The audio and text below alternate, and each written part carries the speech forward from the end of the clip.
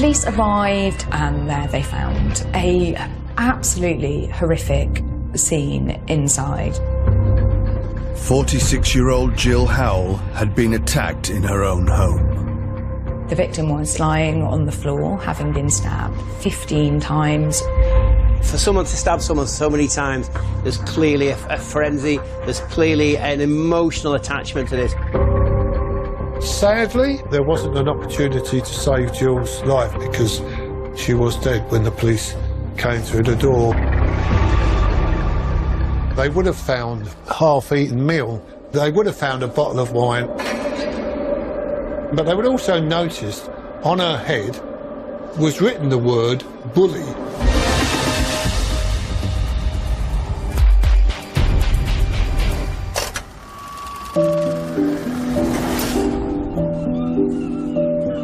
I met Jill through a mutual friend, and from the day we met, Jill and I had one big thing in common, and that was our love of Brighton and Hove Albion Football Club. And we used to go to football together all the time. And it wasn't just Brighton. We used to go to see other clubs. We went to see England as well. Sean is a former detective with 30 years service, and Jill works in payroll, volunteering in her spare time for the Samaritans. We bonded over a lot of things. We went on holiday together, we went to the theatre, we liked ballet together, and it seemed that everything we did together was fantastic, and I certainly enjoyed it.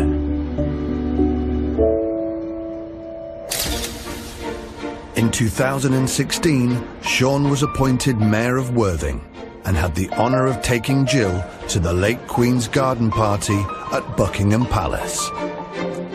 Whilst we were there, Prince Philip saw my chain that I was wearing, which was the chain of Worthing Borough Council. He said, "That's a rather magnificent chain you're wearing. Where are you from?" And I said I was from Worthing. And we had a brief conversation.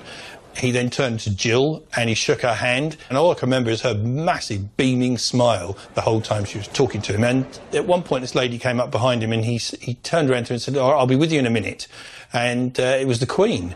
And I thought there was no other person in this country that could speak to the Queen like that.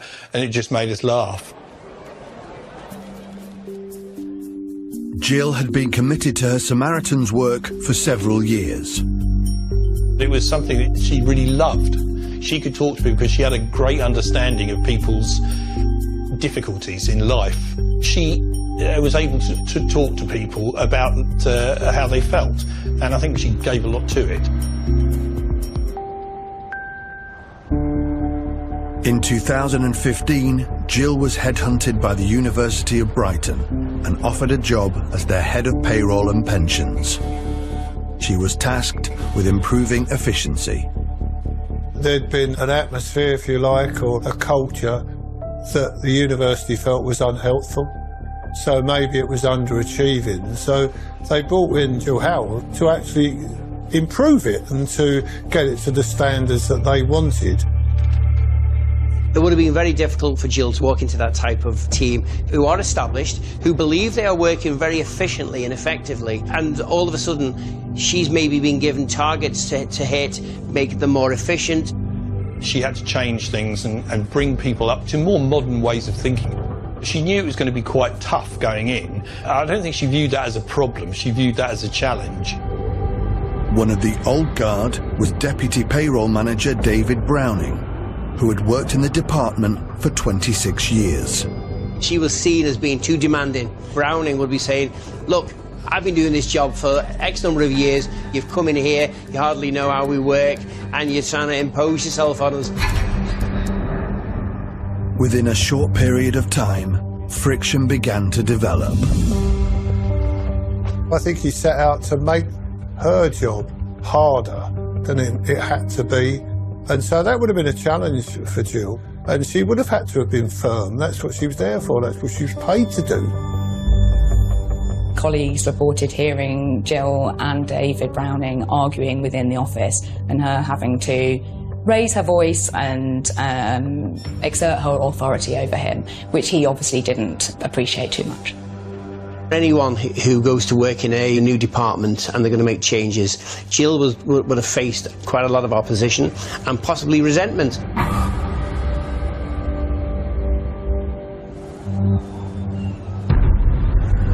In In 2016, a tragic event triggered personal challenges for Browning. 1 year after Jill had arrived, there was a freak accident, really. His father fell off a ladder and he lost his life, and that would have had a profound effect on him. Browning was 50 years old and married with 2 children.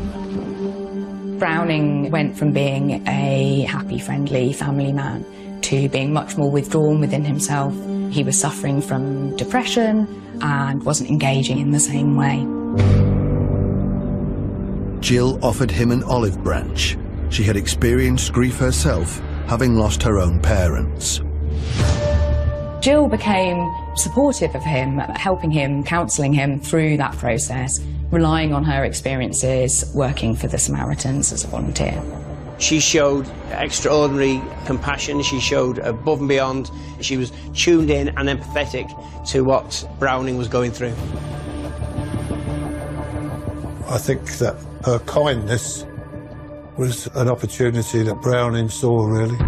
Her emotion of wanting to help, he could actually turn that into an advantage to him. It was almost a hook he felt he could keep her under control.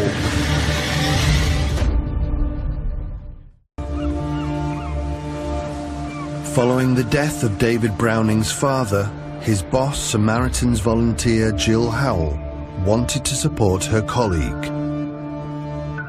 Jill recognised some of the difficulties David Browning was having with his grief. The only time she ever said to me anything about problems at work was that she had problems with one of the members of staff. She never mentioned his name or anything about him, just said that she's dealing with it and he's got some personal problems which were affecting his work, and she was trying to help him work through it, and that was all she said. Clearly she was keen to support him, and they met once at the Signalman pub, which is quite near to Jill's home, and had a drink on an evening after work. By becoming better friends with David Browning, I think Jill found she became more part of the team that had initially rejected her. He was married with 2 children, and there wasn't a suspicion that he was someone that was flying here, there and everywhere trying to have relationships. It was very much that he was an ordinary man doing a very worthwhile job and going home to a family. Jill remained professional, but Browning developed different feelings. Browning became overly fixated with the support Jill was giving him. It could be that he had some sort of romantic infatuation with her, or it could merely have been that he was hooked on the attention she was paying him. After their evening drink, Browning texts Jill, "Thank you for tonight. I managed to get to know you so much better. I ran out of time, so would like another beer sometime in the future." I think Browning possibly built too much into the kindness that she offered, and suppose there was more there. He continued, "I adore you personally and professionally, and we will get there. I am there for you on any subject at any time." When someone goes out for a platonic type relationship drink and then they receive a text message which talks about "I adore you professionally," I think the use of the word adore, it would be something that would ring alarm bells. But he says not only does he professionally adore her, personally adores her. A friend of Jill's asked whether there was something more to her relationship with David Browning than met the eye, and Jill's answer to that question was very much no, there wasn't. But David Browning's perception of his relationship with Jill was clearly very different, and looking at the affectionate nature of quite a number of the text messages and his admiration for Jill, complimenting her on her appearance, on her clothing, on a particular dress she'd worn on a particular occasion. And it was clear that David Browning had developed an affectionate relationship with Jill Howe, which he very much wanted to advance. Browning tried to arrange a further drink with Jill, but this was cancelled. A text message to your boss making references to the way she looks, he's flirting with her. He's actually sort of going well beyond the boss helping me with my depression. Jill Howell's view appeared to be that they were work colleagues, they were friends, and Jill, as somebody who was volunteering for the Samaritans, felt able to assist Browning with his depression, and that was as far as it went, as far as Jill was concerned. Over time, Jill started to become concerned about Browning's mental state. Jill felt that this had gone beyond her help. Browning was talking about suicide, Browning was talking about some very serious matters, and she did exactly what you'd expect a professional person to do. Jill actually referred him to HR, Human Resources. But Browning didn't react positively. Browning seemed to be irritated and quite upset by having his affections spurned, but also by being referred elsewhere for help.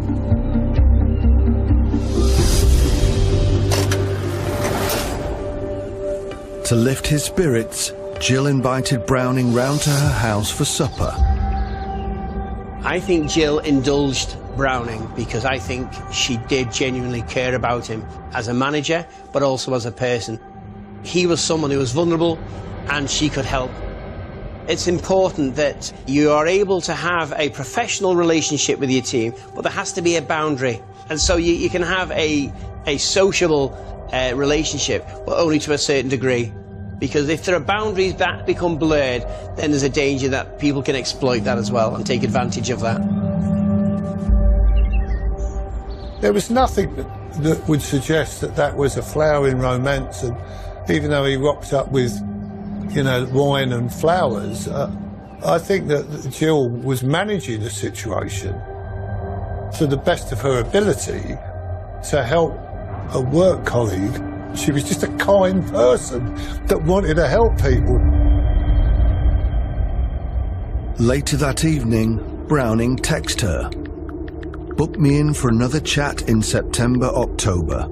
I think you realise how much you actually mean to me as a friend.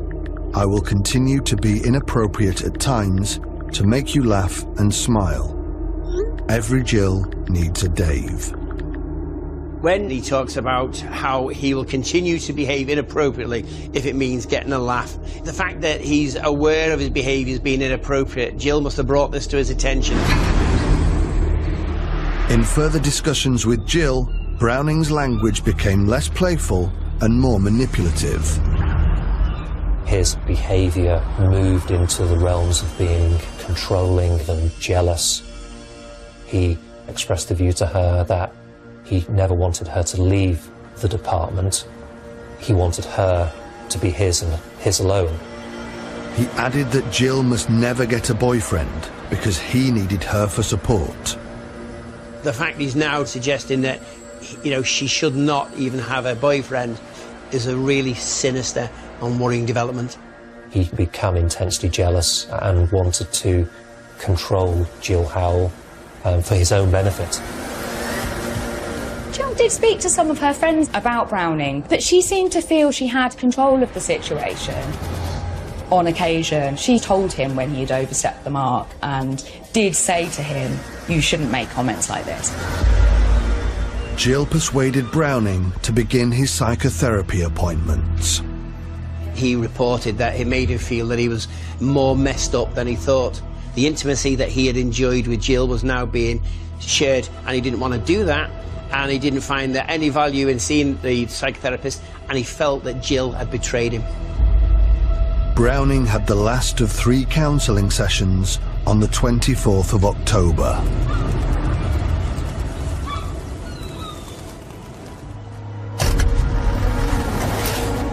After his counselling sessions ended, it appeared Jill was still the person Browning most wanted to discuss his problems with. Jill had a lot of experience of talking with people who were actively suicidal, and maybe she did believe that she had control of the situation. Still concerned about his state of mind, Jill invited Browning round to try and cheer him up. David Browning had already had dinner that night with his family and then left to go to Jill Howell's house.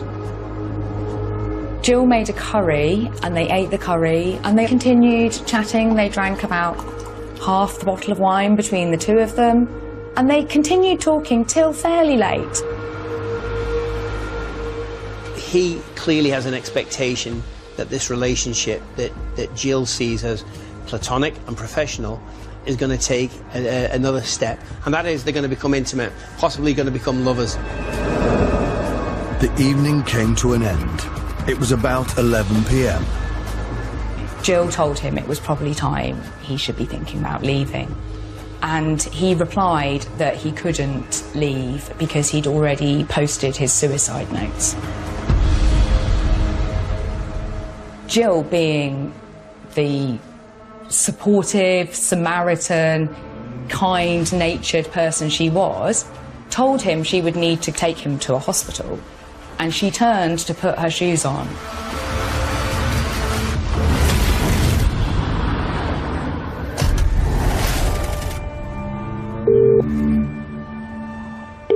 Sussex Police, what's your emergency? Hi, I need to be sectioned under the Mental Health Act. I'm at John Street Police Station, but I can't seem to get in there to speak to somebody. Okay. Browning couldn't get into the front desk of the police station when he arrived, so he called from the phone on the outside of the police station. Have you called an ambulance? No, I don't need an ambulance. If you need to be sectioned, then that's the best people to be with is the ambulance. Well, I've got a shotgun in my hand, so it's probably not the best idea. It's not loaded, and it's covered, and it's safe. But I tried to commit suicide, and I want to hand it in. So, okay, no, that's fine. You didn't say that. That's the place to be then, isn't it, the police station? Mm-hmm. The nature and the tone of his voice, the lack of emotion in his voice, it's very matter-of-fact. It looks like he knows what he's doing. What's your name, please? David Browning. Okay, and you're outside the police station now? Yeah. I'm in the car park where all the vans are. Okay. There's more to it than that, but I'll just explain that when I speak to an officer. Officers handcuffed Browning and took him in, where he made a stunning revelation. Tell me what's happened. In a nutshell, I've killed my boss. Killed your boss? Where have you killed him? Where have you killed him? Sandgate Road. Sandgate Road. And where is Sandgate Road? Off Ditching Road. Off Ditching Road. Browning displayed a male totally in control of himself, almost directing the police officers. Yeah. Front door's left open. Okay. As you go in, there's some shotgun shells on the table. Okay. 2 boxes. Okay. 2 full boxes.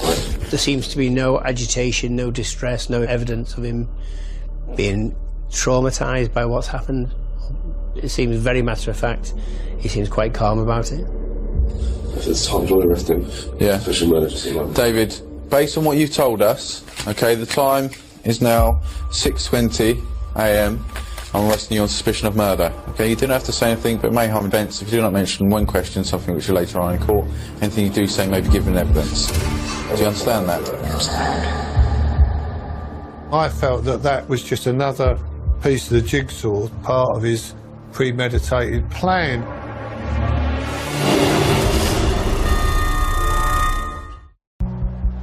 On the 26th of October, reporter Emily Wallin was on her way into work. My usual bus route passed along the end of Sandgate Road, and there were a couple of police cars at that stage, and it being my job to investigate police incidents, I got off the bus and went to see. It was still very early, and the road was being slowly closed off to members of the public. And within minutes, more and more police vehicles were arriving, and crime scene tents were being set up. Because it's such a close-knit community, very quickly it became clear that it was Jill's house that was at the centre of the police activity, and her neighbours began to wonder what had happened to Jill and whether she was okay. Those police officers going in are human beings. I know everyone thinks you're not as a police officer, but they're human beings. So they will be confronted with a traumatic situation. As they went up into the front room, they would have found the lifeless body of Jill, And the first thing they would have noticed was that she had stab wounds and blood would have been around the body. Jill Howell was found in the lounge on her back, cold to the touch with no pulse. She had been very, very violently attacked. She had been stabbed in the front and in the back 15 times. Jill's body bore signs of a highly personal attack. The word bully had been inscribed in inch-high letters in a marker pen on her forehead. To write the word bully on Jill's head is both bizarre and inexplicable, but it also looks like someone trying to say, I'm the victim here. Browning had a cynical belief that he could manipulate the system, that he could say, look, I've got a history of being bullied, there's been conflict between Jill and myself, I'm also a crusader for the rest of my team who also felt that she was a bully, and this is a culmination of all of those injustices. And graffiti was scrawled on the wall. Spray painted on the wall of Jill's living room was the words, blame Sean McDonald. Detectives had to investigate how a fellow colleague was linked to a murder investigation. Was he a victim, or could he have been Browning's accomplice? I was still working for Sussex Police support staff. I was getting ready for work, and at 8 o'clock in the morning, a police officer was on my doorstep doing a welfare check on me. And he came in and said to me,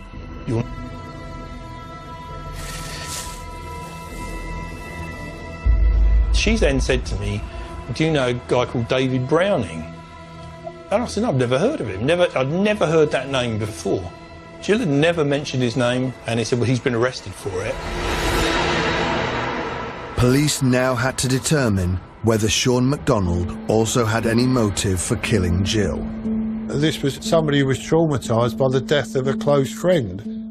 But his movements would have been checked. They would have asked him very intrusive questions. They would have established where he was that night. They would have established any links between him and David Browning. You're either ruling in a suspect, that could be a suspect, or you're ruling out someone. Police began a thorough forensic examination. Once they established this is a murder, that moment is all about gathering evidence. So you are making sure you're doing the best for Jill. You can't save her life now. The least we can do is to get her and her family some justice. The dinner they had eaten was still on the table. The remains of the curry they'd shared was there. Half a bottle of wine was still in the bottle, undrunk. They would have photographed the scene, videoed the scene. They would have called experts in to try and pick up as much DNA, dust for fingerprints, and make sure that every bit of evidence that could be gleaned from that crime scene was taken. They would have noticed that Jill only had one shoe on, which suggested that maybe she was putting her shoes on. There were defence injuries on her hands, and underneath her nails they found DNA of Browning's. Police revealed a note left by Browning on the dining room table, which read, I have to tell you that I was in cahoots with Sean McDonald. The police wanted statements as to how I knew Jill, but what I found a bit strange was they started asking me where I'd been the night before. And I had been out, and I'd been at a pub, and I was playing cards. And I could prove where I was, because I can tell you who the person was who was sitting opposite me the whole evening. I had to give his name and explain to them where I was. And it was very confusing. Why are you asking where I was last night? Because it's absolutely nothing to do with me. It was only afterwards it was disclosed to me that David Browning had tried to implicate me in the murder, which I've got to stop. Sorry. Take a breath. Despite his alibi, detectives uncovered amendments to... The inquiry focused solely on Browning, investigating his actions before Jill's death to uncover his intent and state of mind. David Browning purchased the murder weapon. He also purchased the shotgun, which wasn't ultimately the weapon he used either to harm himself or Jill, but nonetheless he had it with him that night. Police tried to unlock why a pensions and payroll advisor would be in control of lethal weapons.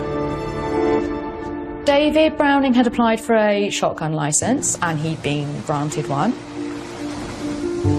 He then made purchases from a Brighton store, claiming they were for hunting game and clay pigeon shooting.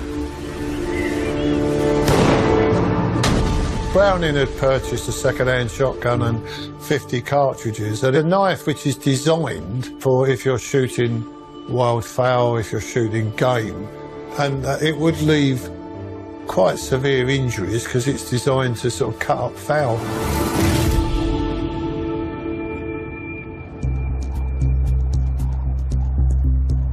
They found that he'd hired a van. They found that he had to change the clothes. He then parked the van near to Jill's home. These are all indicators that he was preparing for something he was expecting to do. Well, I've got a shotgun in my hand. It's not loaded, and it's covered, and it's safe. But I tried to commit suicide.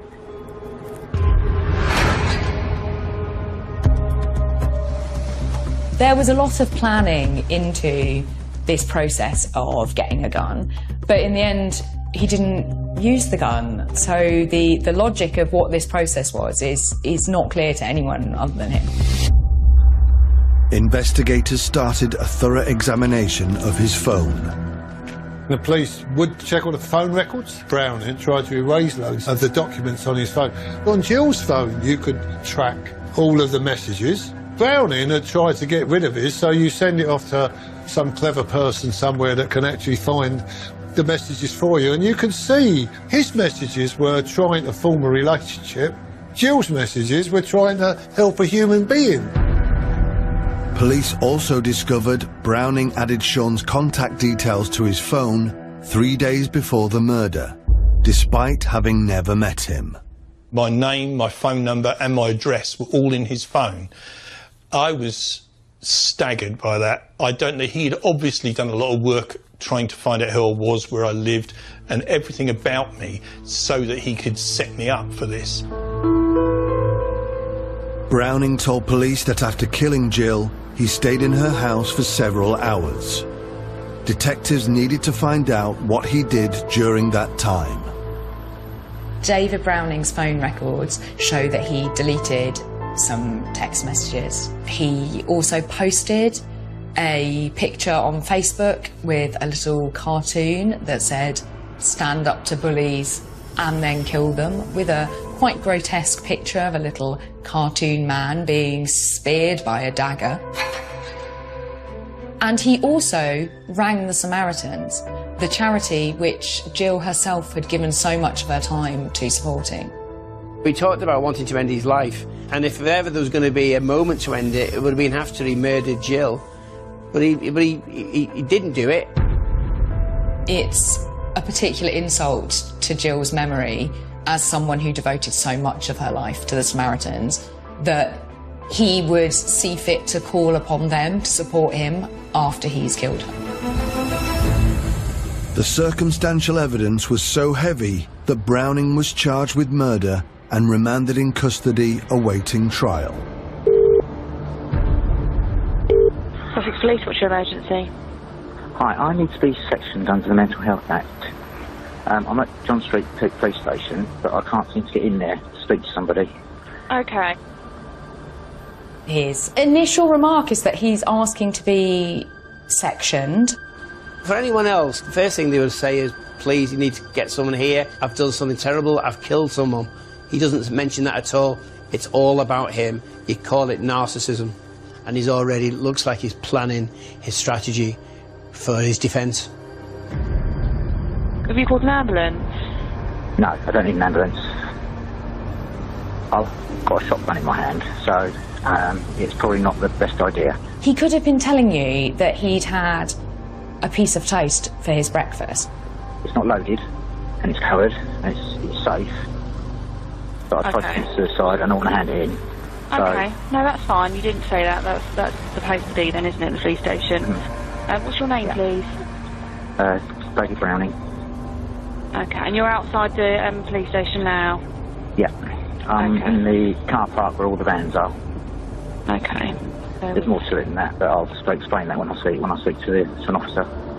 And the understatement of saying there's a bit more to it than that is astonishing.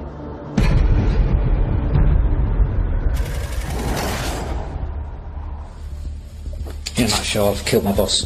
Killed your boss? Where have you killed him? Where have you killed him? Sandgate Road. He doesn't look like someone who's just killed his boss in a frenzy.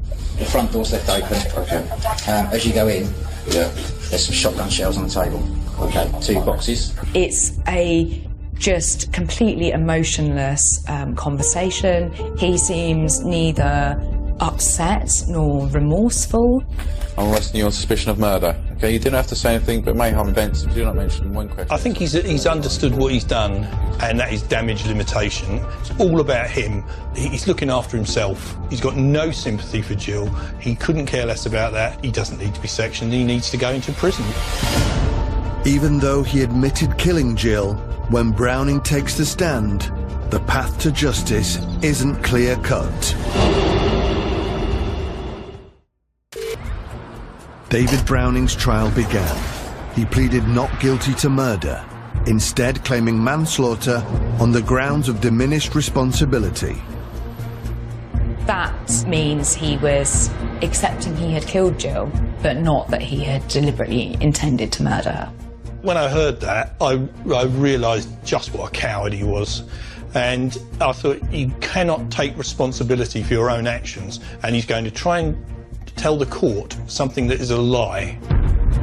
If Browning was able to successfully convince the jury that he was mentally ill when he murdered Jill, then there's every chance that he would have been found guilty of manslaughter. He could have been sent then to a secure unit or a high security hospital, and who knows, within a couple of years, back into the community. The police hoped the evidence gathered during their investigation would convince the jury Browning committed murder. He was trying to pull the wool over people's eyes. And the prosecution role is to say, not accepting manslaughter, because I don't believe that's the correct finding for what has happened. It's not right for Jill. This was a premeditated, planned murder. It was clear to the prosecution team that David Browning viewed Jill in a very different way to the way Jill Howell viewed him. His motive was jealousy, was anger that Jill Howell had rejected him, had rejected his advances, had rejected his wish for their relationship to move from a friendly, social, professional relationship into an intimate relationship. David Browning took the unusual step of taking the stand. David Browning did accept that he was the person who caused Jill Howell's death, and not only that, he chose to give a very detailed explanation of quite literally a blow-by-blow account of how he'd stabbed Jill Howell.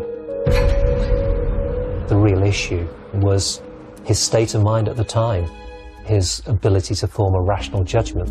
Browning felt by giving evidence in his own trial, he'd already shown that he had an ability to try and manipulate the situation. I think he also believed that he could manipulate the jury as well. Browning gave a detailed version of events. It was his case that he'd bought a shotgun and had it with him in order to take his own life. He told the jury that he sat there considering for quite some time, having killed Jill, whether to take his own life, but ultimately decided he was unable to do so. The psychiatric evidence from the prosecution expert at trial was that David Browning's intention to take his own life wasn't really a serious intention.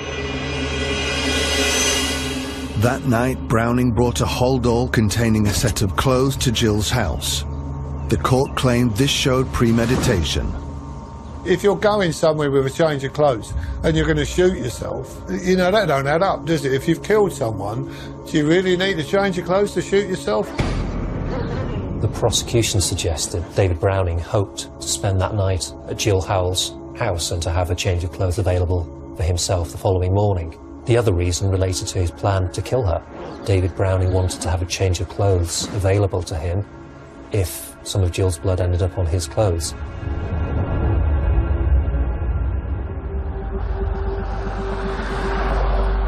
The jury also heard evidence of David Browning's attempt to deflect blame for Jill's death onto Sean MacDonald. David Browning altered Jill Howell's pension documents a week or so before he killed Jill, so that Sean MacDonald appeared to be the beneficiary of Jill's pension arrangements, which wasn't the case at all. When Browning was in the witness box, he was very uncomfortable with certain questions as to how did he know me and had he met me, had he forged the death in service benefit. He had to admit that he had lied all that way through, and every time he was asked an uncomfortable question, he'd be scratching his head. He was very arrogant in court, trying to tell everybody the reason he'd murdered Jill was because of his depression, and it wasn't. It was because of his jealousy, totally his jealousy. Browning's feelings towards Sean MacDonald, a man he'd never met, were driven entirely by jealousy, because David Browning knew that Sean MacDonald was a good friend of Jill's, and they'd been on holiday together earlier that summer. David Browning was aware of that. He had seen photographs, and it was perfectly clear that Browning became intensely jealous of Sean MacDonald and decided to kill Jill Howell when she spurned his advances. If he couldn't have Jill Howell, then nobody else should. Browning claimed to the court psychiatrist that he had a love-hate relationship with Jill. She'd referred him for counselling. That made him feel worse and was another reason why he killed her. Browning's evidence was that really the last thing he said he did before he left Jill Howell's house to go to the police station that morning was to take out a marker pen and to write the word bully on her forehead. In addition, Browning said he posted several suicide notes. There was a note to one of his work colleagues which tried to suggest that the reason for David Browning killing Jill Howell was related to the difficulties he'd found in his relationship with her at work, the allegation he made that she was bullying, that she was a difficult boss. But Browning's evidence in court told a different story. I don't believe for 1 second she was a bully. The evidence doesn't say that at all. If anything, it says she was a really incredibly kind person who went more than the extra mile for the community. David Browning said at trial that he didn't think Jill Howell really was a bully at all. He accepted that that wasn't in any way an accurate reflection of Jill Howell. While it was acknowledged by both sides that Browning was struggling with depression, the defence worked hard to convince the jury it was the reason Jill was killed. Not all people who are mentally ill and who commit a crime will be adjudged to have diminished responsibility. So a person may well have depression, but it doesn't mean that they did not have control or understanding or capacity when they carried out their crime. At the end of the trial, the jury were ready to give their verdict. I don't think a true word came out of his mouth the whole time he was there, and I think the jury saw through that and they returned a very quick guilty verdict for murder. And yeah, it was a fantastic moment when they did that, because we realised that he couldn't manipulate anybody else. For a jury to convict in just 3 hours is virtually unheard of on a murder trial. It was overwhelming evidence that this man was not in any way influenced by an illness when he did what he did to Jill. He was influenced by anger and rejection. You've come here saying you've got diminished responsibilities, but your actions are that of someone of premeditated, cold murder. The judge said that Browning's fixation escalated from a crush into an obsession, that he had exaggerated his symptoms to gain Jill's sympathy, and that anger and jealousy drove him to kill. David Browning was sentenced to 28 years in prison. After her death, Brighton and Hove Albion Football Club held a tribute for Jill. A minute's applause on the 75th minute of the game. The last game that Jill had seen Brighton play was away at West Ham's ground, and Glenn Murray had scored a goal in the 75th minute, so he did the minute's applause in the 75th minute, and I was there sitting with her nephew. Really, really emotional and very difficult, but a wonderful, wonderful tribute to her. Also at Brighton's ground, on the wall, it's one of the bricks, and it's got her name on there, and it's got the words "Keep the Faith." Sorry.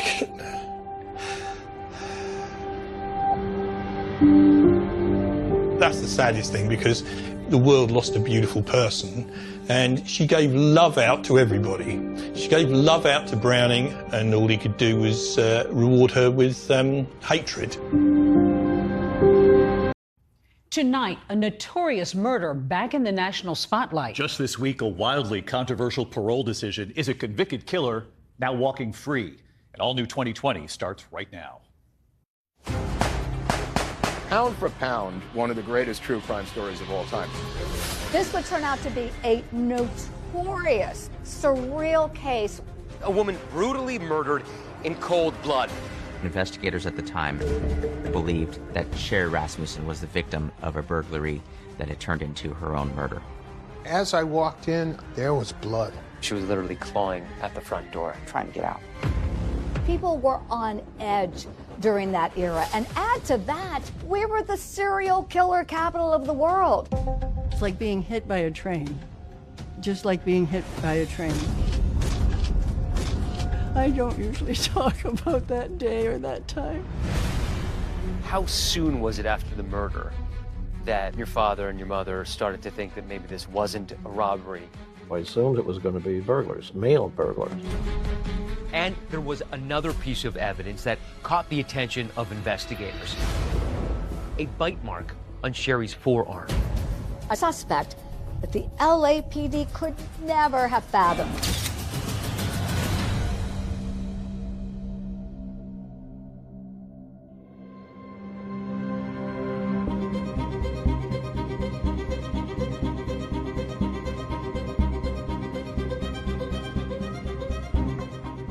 If you walk down Hollywood Boulevard, you can't help but notice the stars on the sidewalk, the glitter in the pavement, and you think to yourself, wow, this is Tinseltown.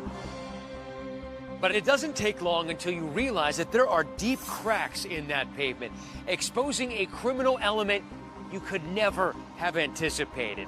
And the case of Sherry Rasmussen was a rude awakening for anyone living in La La Land. President Reagan in Los Angeles. Today, the torch entered the City of Angels for AIDS Walkathon in Hollywood. It was 1986. A beautiful young nurse, only 3 months into her marriage, is brutally murdered in her own townhome. As a television journalist, I've been reporting on true crime stories for decades on numerous outlets. And you think you're never going to be shocked anymore ever again? Well, this proved all that very wrong. It was a huge story. It had all the elements, you know, sex and betrayal and lies. It just gripped the nation. It's definitely, pound for pound, one of the greatest true crime stories of all time. Everything we always heard or was told about Aunt Sherry was about what a great person she was. Tell me about your sister. She was the middle sister, and she was a clown. If everything got too serious, she would make everybody laugh. She had a very unique little giggle. Uncle John and Aunt Sherry are spending Christmas with Rachel on her first Christmas. Sherry was all about family. Sherry was our glue. She kept us all together.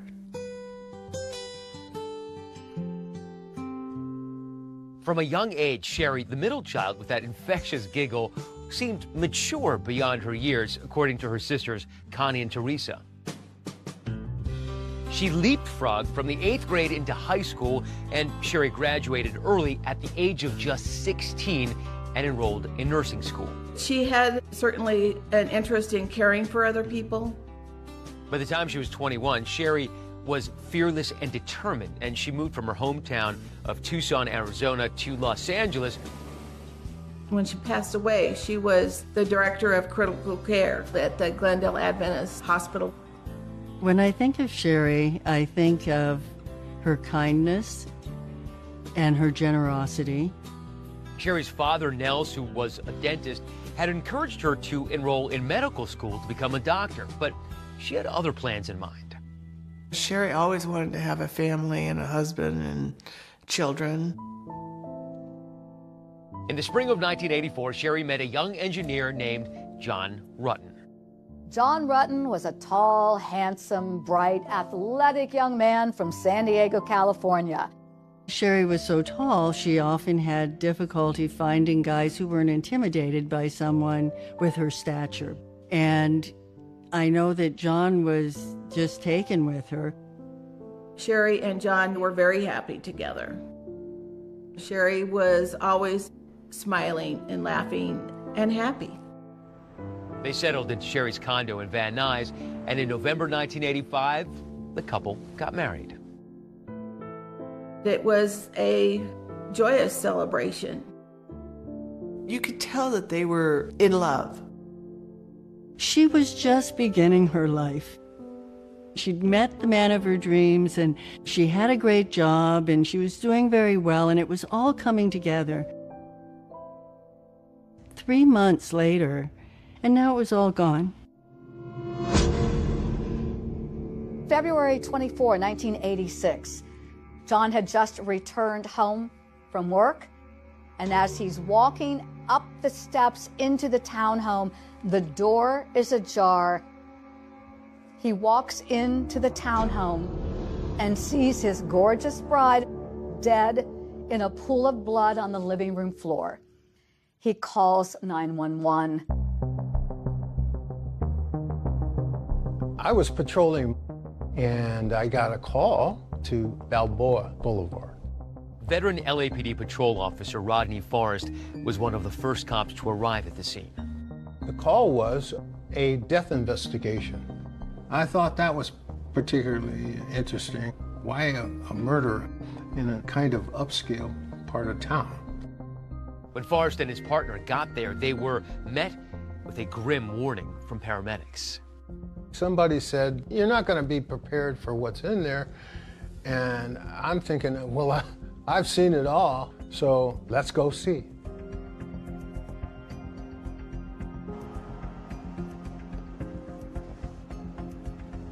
Oh, wow. Well, this brings back memories. It's kind of an eerie feeling to be here after 30 plus, almost 40 years. As I walked in, I saw Sherry Rasmussen on the ground. She had been covered with a towel, and one of the paramedics raised the towel for me to see her face, and she had considerable trauma to her face, and there was blood. I thought after that, this is actually a murder. At that point, Officer Forrest called the LAPD's Van Nuys division to notify the homicide unit, which took over the investigation. It's a horribly violent crime. Bruises all over her body. The struggle ensued for quite some time. My partner went upstairs, checked the upper floor for any suspects, and there were no suspects still around. Investigators knew that something catastrophic had happened to Miss Rasmussen. You think, given the ferocity of that fight, that somebody would have heard something? You would think. It was a heck of a fight. I mean, Sherry fought for her life, literally. That night, news of Sherry's murder reached her family in Tucson. I'll probably never forget it, unfortunately. My dad called me to tell me that Sherry was dead. And I was like, that is, I certainly didn't believe it. Beyond the pale. Yeah. I was like, no, what are you talking about? That's not true. And he said, no, it is. And then I started screaming. In the wake of Sherry's murder, her family struggled to understand what had happened.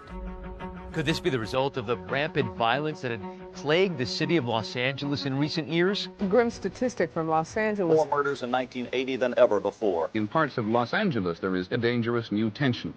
Or had it been something far more personal? This was a cold, calculated murder.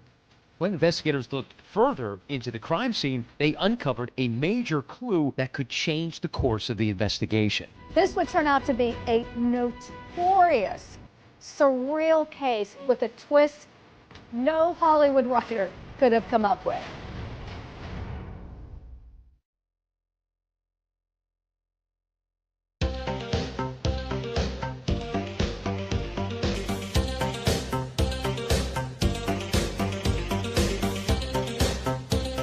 For myself, as a reporter in Los Angeles, the 80s was the wild, wild west. Turn on the TV and what are you hearing about? Violent crime. Crime running unchecked, the police seemingly unable to stop it. That frustration reached the breaking point in one neighborhood in Los Angeles. Anyone that worked in the city of Los Angeles, they knew that they were going to have their hands filled. There are more than 100 street gangs in Los Angeles. It was out of control.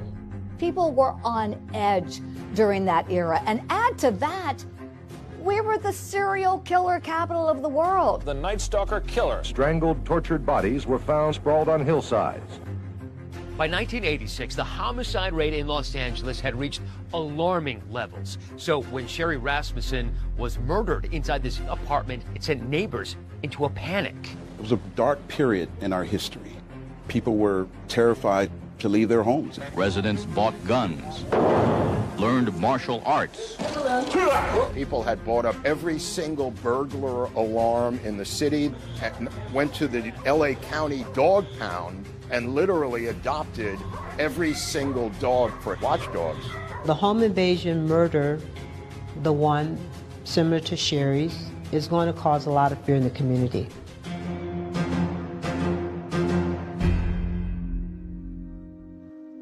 People were nervous. It was certainly a shock for me. Alan Tarski lived across the corridor from Sherry, but he says he wasn't home at the time of the murder. I had come back to work probably 5:45 in the evening, and it was shortly after that that the madness started. I do remember there was electronic stereo equipment right here that I saw when I came in. And that suggested to me that it was possibly a burglary, and a burglary interrupted. I put this together with the stereo equipment stacked over here, and it seemed to me that she could have struggled with the burglar, and she obviously lost that fight. Sherry's newer model BMW was taken. Her purse was taken. The Rasmussen crime scene had all the makings of something police call a hot prowl, a home invasion. Investigators at the time very much believed that Sherry Rasmussen was the victim of a burglary that had turned into her own murder.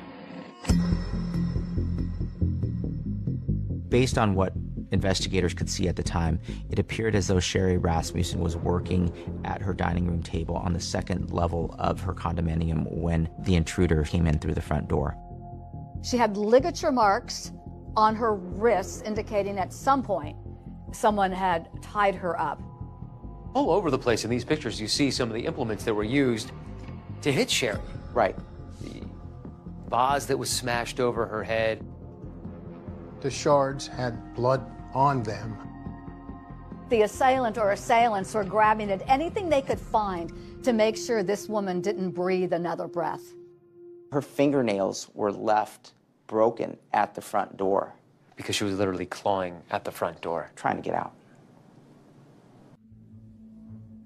But before Sherry could escape, she was shot, police say, at point-blank range. The bullets indicated that a .38 revolver had been used. It was basically an execution. Not a single neighbor heard a gunshot, and ballistics tests showed that it appeared the assailant had used that quilt over the barrel of the gun as a silencer. And there was another piece of evidence that caught the attention of investigators. A bite mark on Sherry's forearm. They took the sample in an abundance of caution because if there was blood there on that bite mark, it could be possible for blood typing analysis to be done. I learned later about the bite mark that led into my curiosity of why there was a bite mark on her arm. I had no clue. It kind of reinforced what I was thinking when I initially got there. There was something more than I originally saw. Former patrol officer Forrest, who wasn't part of the investigation, says to him the crime scene didn't jibe with the burglary theory. I thought to myself, this is a burglary? Burglars don't usually pick a place 5 condos from the street. They want to get away. They pick something next to the street. They don't want to be seen. It's just strange that they would pick this place. Officer Forrest says he was also taken by the demeanor of Sherry's husband. I noticed John Rutten. He was sitting at the table and he seemed to be sobbing. My reaction was his sobbing, his crying should have been more extreme with his wife laying there on the floor dead. I guess people grieve in different ways. Did you see John at any point directly after the murder? We saw him at the Van Nuys police station, and I do remember that he didn't have any marks on him. That's the first thing you look at for any kind of domestic violence. So, even though he was your brother-in-law, even though you liked him, yes. The first thing you did when you saw him is sort of give him a visual inspection, a yes. look over. Yes. Did you talk? We weren't allowed to talk to him. They were keeping everybody separated. Because the first suspect in murders like this typically is. Rutten wasn't permitted to speak with Sherry's family, but on the night of the murder, he sat down with investigators at the LAPD's Van Nuys station. You didn't harm your wife, did you, John? The question for investigators is, was he telling them everything they needed to know to catch a killer?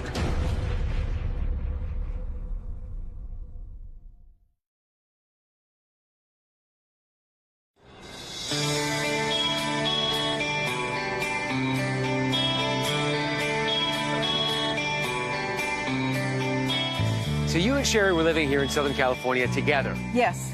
How was that? It was fun. Actually, we also gained Teresa, so all 3 of us were in a mobile home together at Loma Linda. Oh, wow. The 3 daughters? That must have made your dad so happy. Yeah. I've kept a lot of Sherry's clothes. Now it's all back in style, right? The 1980s are all coming back. I remember her telling me that she had met John. What was your impression of him once you met him? He was very likable. They made really a cute couple. They were both tall, thin, athletic, both driven with their careers. It was a whirlwind romance, and within a year, the 2 were married. And did she seem like she had it all? Yes. She had a new job that she enjoyed, just got married. She was a new aunt. We were really looking forward to the future. Family was just so important to her, and you can really see that in the photos and just how happy everyone was together. Sherry really loved Christmas. Here's Aunt Sherry. It was one of her favorite holidays. Here's John holding his baby niece, Rachel. Everybody here thinks there's going to be a baby Rutten pretty soon. I think they better talk to Sherry.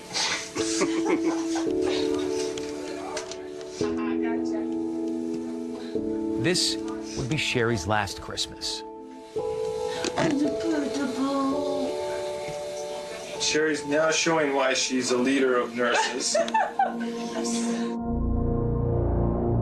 Just 2 months later, Sherry and John's love story came to a tragic and sudden end. And in the aftermath of her murder, questions would linger. When you're going through this process, you're pretty much helpless because you have no control I mean, the information you get is what they give you.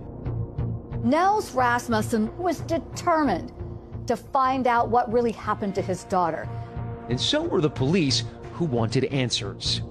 On the night of the murder, Detective Lyle Mayer questioned a very emotional John Rutten on what he knew about the day Sherry was killed. She had everything going. I mean, Hey, so do you blame her? Hey, John, for a couple of minutes, I need you to be tough for me, buddy. Investigators looked at every possible direction. Of course, they looked at John. What was the first thing you saw? well, I saw Sherry lying on, I mean, it's right in front of me when I walked in the door. I saw her lying on the ground. I knew right away that she was dead. He was shaken up that evening. He did his best to give an interview that helped investigators. At one point, Detective Mayer asked Rutten a very difficult question. You didn't harm your wife, did you, John? No, I didn't. Good. You didn't harm your wife. Okay, very good. John Rutten agreed to do a polygraph examination, and the results came back inconclusive. But he had a rock-solid alibi. He was at work that day. He'd left work, he had stopped and picked up his dry cleaning, and then came back between 6 and 7 p.m. and found his wife murdered in the living room area of the house. Detective Mayer believed the murder had happened in the early morning hours after Rutten had already left for work. When I left, she was in bed, but she was awake. What time did you leave for work? 7:20 is when I left. What time did you get to work this morning? I got to work about 10 to 8. In the eyes of Lyle Mayer, the lead detective, John Rutten was legitimately and seriously a grieving husband. They didn't feel he was hiding anything, and as far as they were concerned, he was not a suspect, and they told him so. I'm usually a pretty good judge of character, but I'm fairly certain that you have absolutely nothing to do with this. Okay? Mayer basically made a decision that night based on the evidence that he saw at the crime scene that this was a burglary gone wrong. I believe your house was burglarized today. Once those persons, or that person, or whoever was inside, I believe they were trying to steal your stereo and probably some other items. Why would they do anything to her? Why wouldn't they just run? I don't know, John. I don't know. John, things happen, okay? I think Sherry came down the stairs, and I think she surprised him, and she was hurt. She was shot. Oh, God. And Detective Mayer was so convinced he'd solve the case, he even told John Rutten. John, I know how you feel. I know what you're going through. But we're going to catch these persons, or this person, all right? You got to have a little faith in me. But we're very successful at what we do. Very, very successful. At this point, detectives don't have a single witness. They have no murder weapon. They have no fingerprints. For even seasoned detectives, there's a lot of work ahead. But there will soon be a break in the case. These are sketches that were LAPD issued. Right. Would another home invasion in the same neighborhood lead investigators to Sherry's killers?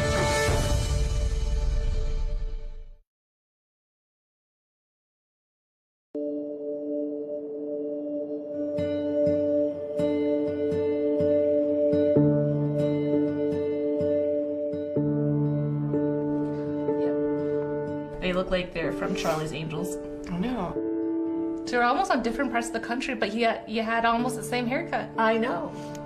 I was still in the stage of shock that this could happen to my sister. It's like being hit by a train, just like being hit by a train. I'm sorry. I don't usually talk about that day or that time. Less than a week after Sherry Rasmussen's murder, her loved ones said their painful goodbyes. A heartbroken John Rutten addressed family and friends.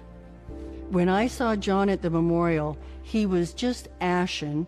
He couldn't stop walking in circles and was just shaking. And I want you to know that Sherry was the best professional in the world. She was the best wife that anybody could ever have. And she was the best sister, daughter. She wanted to make everybody happy. You have to understand that was the love of his life. And trying to deal with that grief is devastating.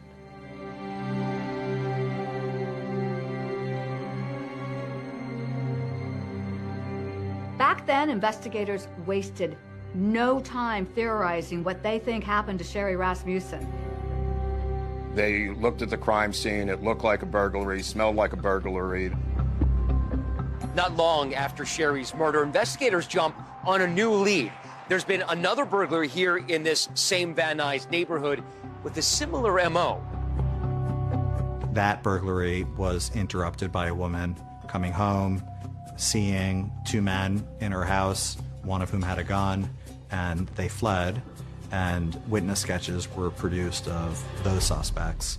These are sketches that were LAPD issued. Right. These composites were attached to this case. They started to utilize that sketch in this case to see if the persons that were responsible for Sherry's death were the same people that were depicted in that sketch. Were they ever arrested? Were they ever found? No, it might as well have been me and you. Despite these suspects, there was literally nothing that could tie anyone directly to the murder of Sherry Rasmussen. On the surface, it appeared to be a burglary gone wrong, but not everyone was convinced. How soon was it after the murder that your father and your mother started to think that maybe this wasn't a robbery like police were saying? The very day we went to the Van Nuys Police Department. That first day? It didn't make sense that they wouldn't take anything other than the car and yet fight with her to the extent of her death.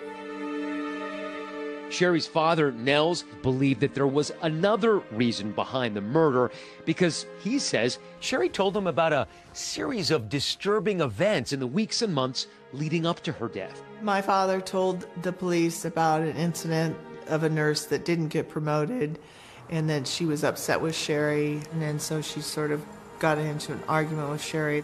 She felt that she had damage to her car, so when Sherry was murdered, that certainly came up to the forefront of my dad's mind that maybe that conflict accelerated.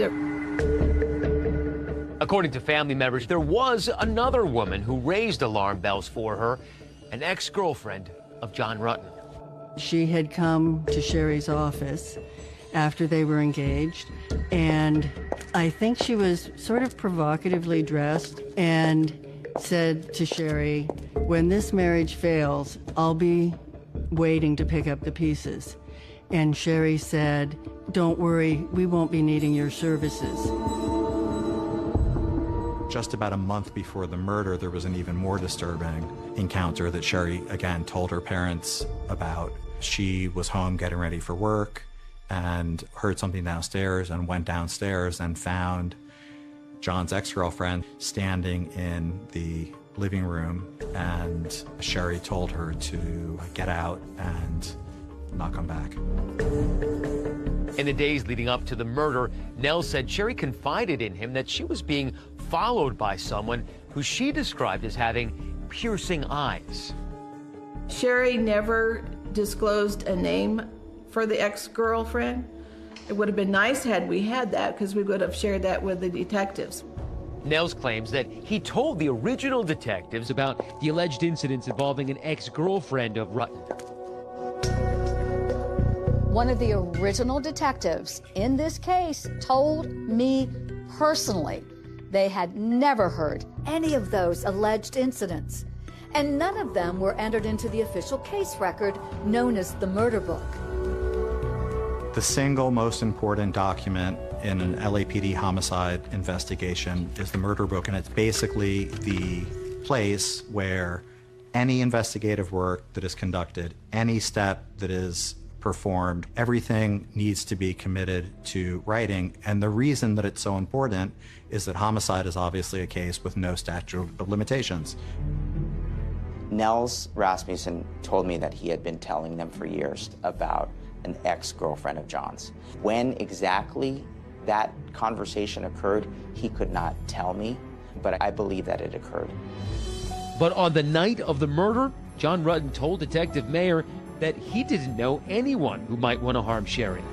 She's not having any problems with an ex-boyfriend or you with an ex-girlfriend? No. Has anybody been hitting on her, following her home, or anything like that at all? I would say nothing out of the ordinary. I don't think there was anything out of the ordinary. But Rutten says in the days and weeks following the murder, he did tell investigators about an ex-girlfriend, the same one Nell says he mentioned to police. Rutten says he never brought it up in his recorded interview with Detective Mayer because he never considered her a girlfriend. And it never crossed his mind that she could have been involved with Sherry's murder.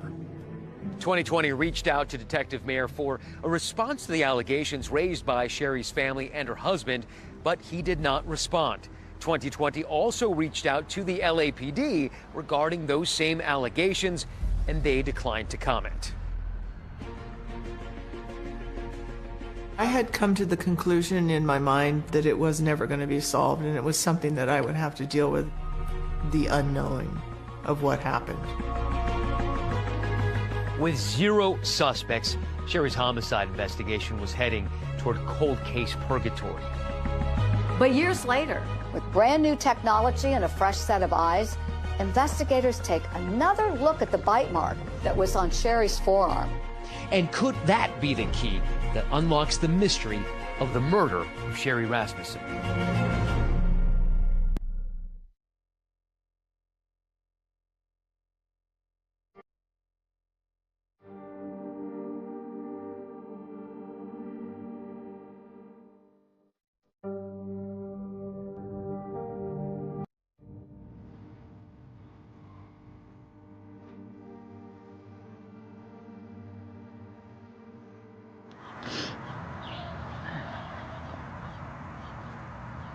Times like this, I just need a tissue attached to me.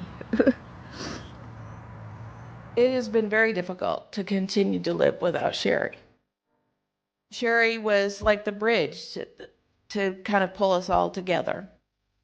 For Connie Rasmussen, the pain of losing her sister Sherry is felt most when she visits her grave near the family home in Tucson, Arizona. It's like a heavy weighted blanket sitting on you because you can't move because it's still unresolved.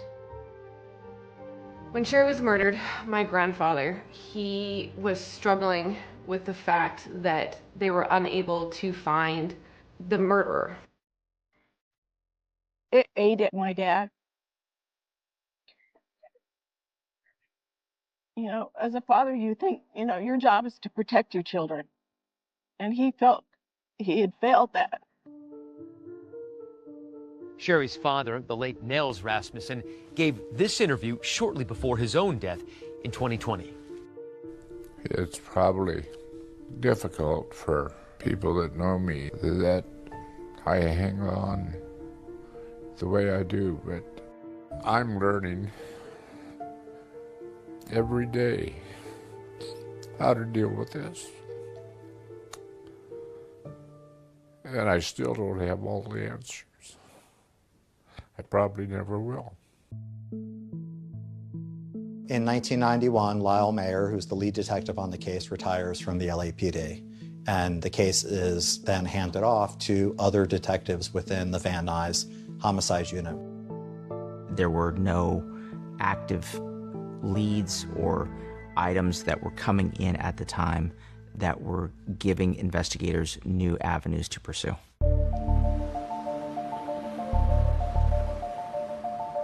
I never thought that time was going to help solve the case, that it was going to ever get solved. After Sherry's murder, time seemed to stand still for her family. But the decade that followed would bring a new chapter to the City of Angels. The beating of Rodney King. O.J. Simpson, who's a fugitive. Freeway that collapsed. Not guilty of the crime of murder. Lyle and Eric Menendez found guilty. Smalls was shot several times. The impact of El Nino. The Staples Center is just amazing. All beautiful and brand new. Mr. Gore, the Democratic nominee, is in Los Angeles. The Lakers gave LA one more thrill. 2001 was also a pivotal year for the Los Angeles Police Department, marking the launch of the LAPD's cold case unit. That year, detectives were handed over 9,000 unsolved murders spanning more than 2 decades. And Sherry Rasmussen's case was one of them. I was a detective with the Los Angeles Police Department on the cold case squad. Her case was one of the last cases I looked at. In 2001, Detective Cliff Shepard would oversee the Rasmussen cold case investigation. Why does a case like this go cold for so long? Manpower, our priorities within the police department. In fact, Shepard says Sherry's case had barely been touched for 10 years. Up to that point, nobody else had looked at it other than Mayor and myself, really. To get started, Shepard said, he made copies of select files from the Rasmussen murder book, creating his own Cliff's Notes. Why not just take the murder book so you have all the evidence with you? Yeah, well, yes and no. Our problem was space. We were in a little office. It wasn't practical to take the entire murder book. Breathing life into an old case is no easy feat, especially when you don't have all the evidence. Like a key piece of evidence relating to that bite mark found on Sherry's arm. When I was going back over the reports, they indicate that a bite swab had been collected. And when I looked at the evidence, no evidence for a bite swab. So I checked with our property. They verified they did not have the swab booked with our evidence room. There's no record of it. Generally speaking, how often does evidence go missing from a case file? Extremely rarely, because there are professionals in the evidence rooms, there are professionals at the labs, they document everything. To track down the swab, Shepard enlisted the help of Jennifer Francis, a criminalist at LAPD's Scientific Investigation Division. And she had to make several calls, and several searches had to be made before eventually the bite mark swab was located. Investigators are able to track down that missing bite mark evidence recovered from the murder scene. And the cold case team finds it here in a freezer at the LA County Medical Examiner's office. The reason why it was way back in the freezer is because all those years ago it had been tested for blood type. And there it stayed all that time. By 2001, DNA technology had come into its own, so Francis sent out the swab for analysis. But Shepard says given the LAPD's case backlog, it would take 2 full years for the results to come back. And those results would eventually turn the entire case on its head. She informed me that I obtained a DNA profile. The DNA profile was entered into the law enforcement database, but there was no match at the time. So it was a big jump in the case, but it wasn't quite enough. It gave us a profile, but it didn't give us a name.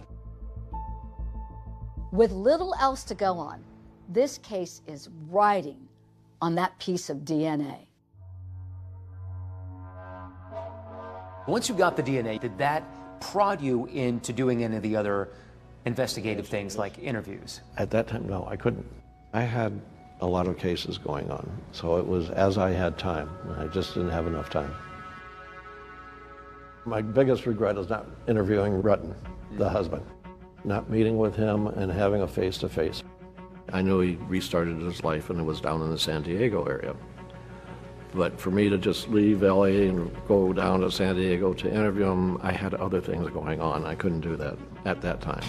By 2005, Detective Shepard had moved on from the Rasmussen cold case investigation. 4 more years would pass before there would be another significant development in the case. I'm not sure how much work was done between 2005 and 2009. I think it really took somebody going back and going through the murder book in close detail and thinking about this case. For years, Sherry's cold case would remain unsolved. That is, until investigators took a closer look at the DNA from that bite mark. And it would lead them to a very unlikely suspect, one who had been hiding in plain sight.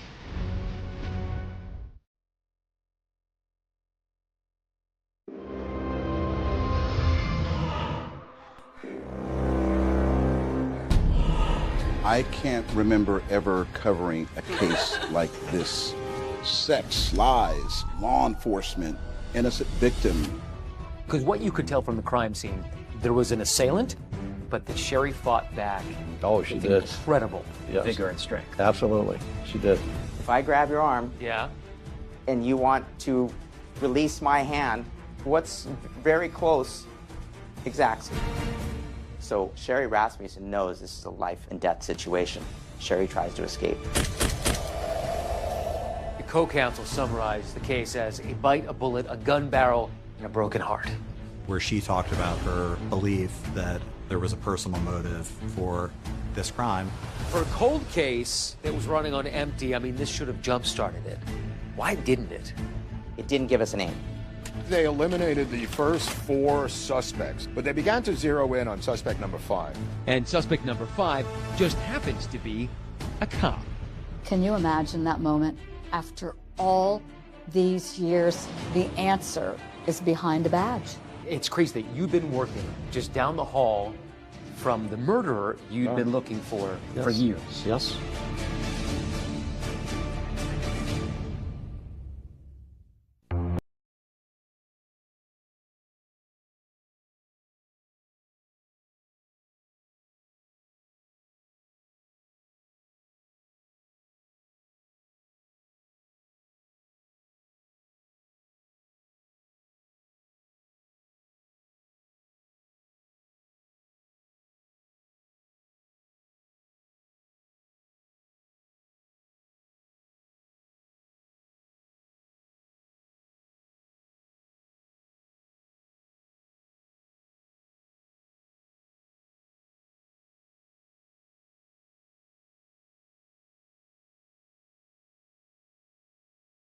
In the case, because the bite marks will leave DNA. But in 1986, DNA testing was just in its infancy. Detectives don't have a single witness. They have no murder weapon. Nobody really saw anything. Detectives at the time characterized it as a burglary gone wrong. And the trail went cold for 15 years. But in 2001, the LAPD formed a new cold case unit to look into cases that would qualify for DNA testing. Investigators had reignited that cold case on the back of DNA evidence stored here. Criminalist Jennifer Francis, who'd been instrumental in tracking down and testing the bite mark swab, had a stunning revelation. It was female DNA. I assumed it was going to be burglars, male burglars. A female? Who is she? Once you got the DNA, you realized it was a woman. Were you curious about the fact that a woman might have been involved? I was curious what woman. This could be the break that the LAPD needs. I think there are times that we felt Sherry's case would never be solved. But with the results of the DNA, it gave us renewed hope that Sherry's killer would be brought to justice. The DNA analysis that revealed Sherry was bitten by a woman seemed not to have any effect on the direction of the LAPD's investigation.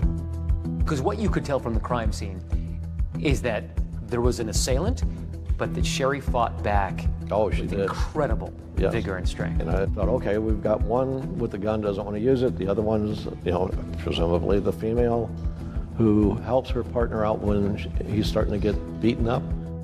By 2005, Detective Shepard had moved on from the Rasmussen cold case investigation. The bite mark came back to a female when it was tested for DNA back in 2005. For a cold case that was running on empty, I mean, this should have jump-started it. Why didn't it? It didn't give us a name. gave us a profile, but it didn't give us a name. 4 years went by with no forward momentum. But in 2009, a detective by the name of Jim Nuttall, assigned to the Van Nuys division, received the Rasmussen case file to check for updates as part of cold case standard procedure. One of the first things that Nuttall notices is this 4-year-old DNA report by Jennifer Francis that indicates that it was a woman who attacked and killed Sherry. And he just isn't buying the burglary story. Near the door, there were stacked stereo components, which ostensibly you'd think the burglars were going to grab on their way out. It made him believe that the murder occurred first and that they were intentionally left there. Nuttall and his team of detectives believe that this may have been personal. They conduct new interviews with those close to Sherry, including her parents and her husband, John Rutten.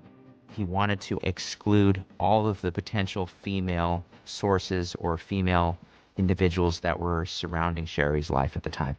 The detectives make a list of 5 women in Sherry's orbit and eliminate them as suspects one by one. Sherry's mother and sister Teresa were on the list, as was her good friend Jane Goldberg. They took my DNA. The one detective came unannounced, and he said, "I'm just coming to get a DNA swab." The first 3 suspects on the list were able to be eliminated almost immediately. The 4th name on the list was a nursing colleague. There was an indication of tension and bad blood between them. Investigators obtained a DNA sample from her, which didn't match that from the bite mark. They eliminated the first 4 suspects, but they began to zero in on suspect number 5. It's suspect number 5 that grabs the attention of detectives. Rutten told Detective Nuttall about an old friend and former romantic partner named Stephanie Lazarus. Once number 5 was developed by Detective Nuttall, Detective Nuttall spoke to John Rutten again to learn a little bit more about his connection with Stephanie Lazarus. We want to walk you through a timeline. It's very important. Starting, we believe we're close, but we'll have to have you kind of spell this out for us. Rutten tells Detective Nuttall that Stephanie Lazarus is a name he's already given to detectives decades earlier. I know that she went to go see Sherry, and I know that she was upset, that we weren't going to have the relationship. That's the reason for identifying her. So that's the reason I identified her 23 years ago, when we talked. One of my concerns is that was never, appears to be recorded. And we know files. I'm not trying to be inflammatory. There's a certain level of frustration on our part. Yeah, More should have been documented. We're now forced 23 years later to literally almost start over again because we lack the documentation that would have been crucial in this case. There's no official record of Rutten mentioning Lazarus at the onset of the investigation, but there's a single reference made in the case file nearly 2 years after the murder. And it's a notation along the lines of John Rutten called Stephanie Lazarus P/O, ex-girlfriend. And when John Rutten spoke with the cold case detectives, he confirmed the meaning behind that P/O. I gave him the name and I said she's a police officer. Not only was Lazarus a police officer, but she's still on active duty as a detective. Think about this. You're the cold case unit investigating one of your own, and her office is just down the hall on the 3rd floor of police headquarters. Police like to talk, that's why they're cops. They ask questions. These cops needed to keep this quiet.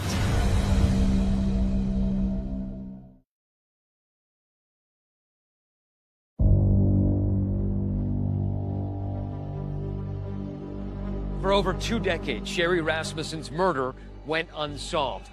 Until 2009, when cold case investigators began zeroing in on Stephanie Lazarus, a 25-year veteran of the LAPD. She had been hiding in plain sight all along.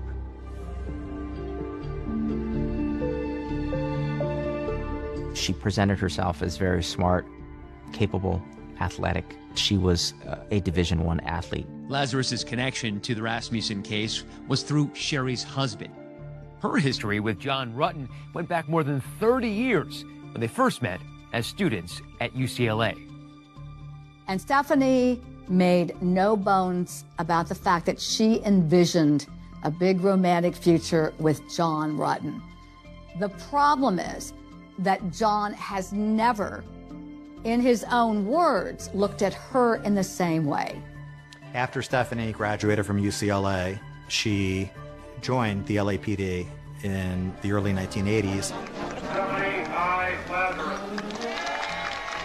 At a time when the department was striving to bring more women onto the police force. She seemed to excel and do well in specialized assignments, but it was always competitive. And that competitive fire, coupled with being a stellar athlete, was a perfect entree for Lazarus to participate in the California Police Olympics. The California Police Olympics were an athletic competition open to police officers throughout the state. Anita Ortega was one of the other few female LAPD officers at the time and a teammate of Lazarus. Stephanie was an outstanding athlete and a basketball player. I thought her tenacity was incredible. She never quit. She may have been tenacious on the hardwood, but off the court, Anita got to know a softer side of her teammate. Seemed like a very nice person, always energetic, just happy-go-lucky kind of person. Really enjoyed hanging around her. Stephanie shared with me that she met her boyfriend, John, at UCLA. Said he was a great guy. I never met him, but I thought they were going to get married. Thing was, not only was Lazarus not dating John in the summer of 1985, he was engaged to Sherry Rasmussen. Stephanie never mentioned Sherry to me or the fact that John was in another relationship. But entries in Lazarus's own diary seemed to reveal her despair after learning that Rutten was getting married. Stephanie Lazarus had a 600-page diary. What was the story that it told? There were these tidbits of information right up to the wedding, right up to the killing, where she was indicating to herself how despondent she was.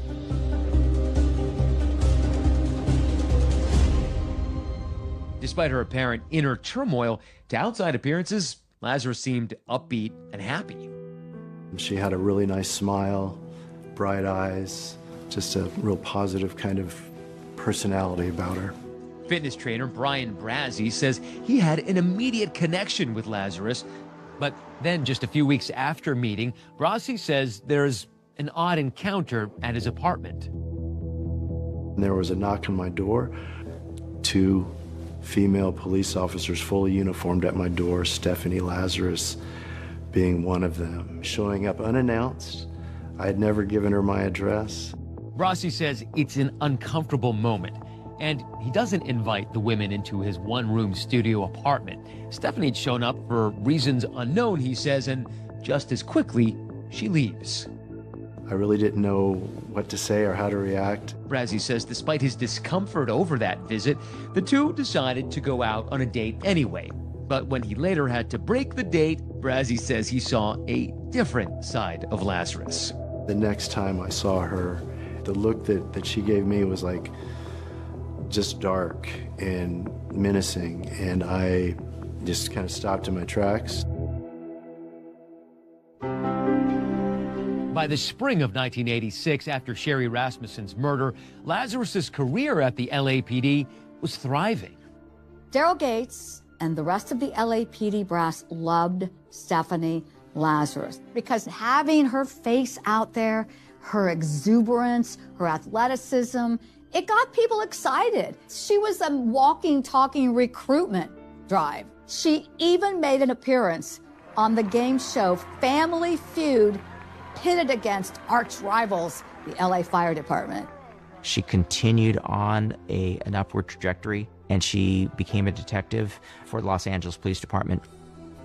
In 1992, she was assigned to the Personnel Division as a background investigator, someone interviewing and passing judgment on applicants to the LAPD.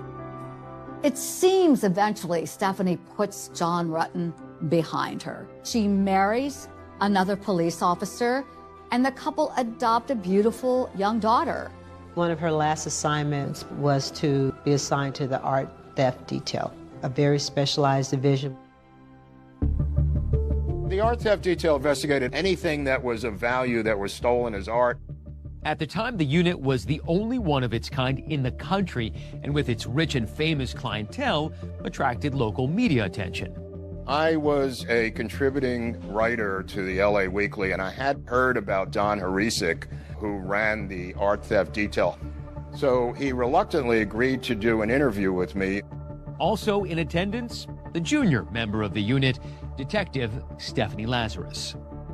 Every time I talked to Don Harisik, Stephanie Lazarus interrupted me, and she kept interjecting snide, sarcastic, and semi-humorous comments after my questions. It was extremely disruptive. I asked Detective Lazarus, what do you know about art? And her answer was, it hangs on the wall. By 2009, the future looks bright for Stephanie Lazarus. She has a family now and is working in a prestigious unit.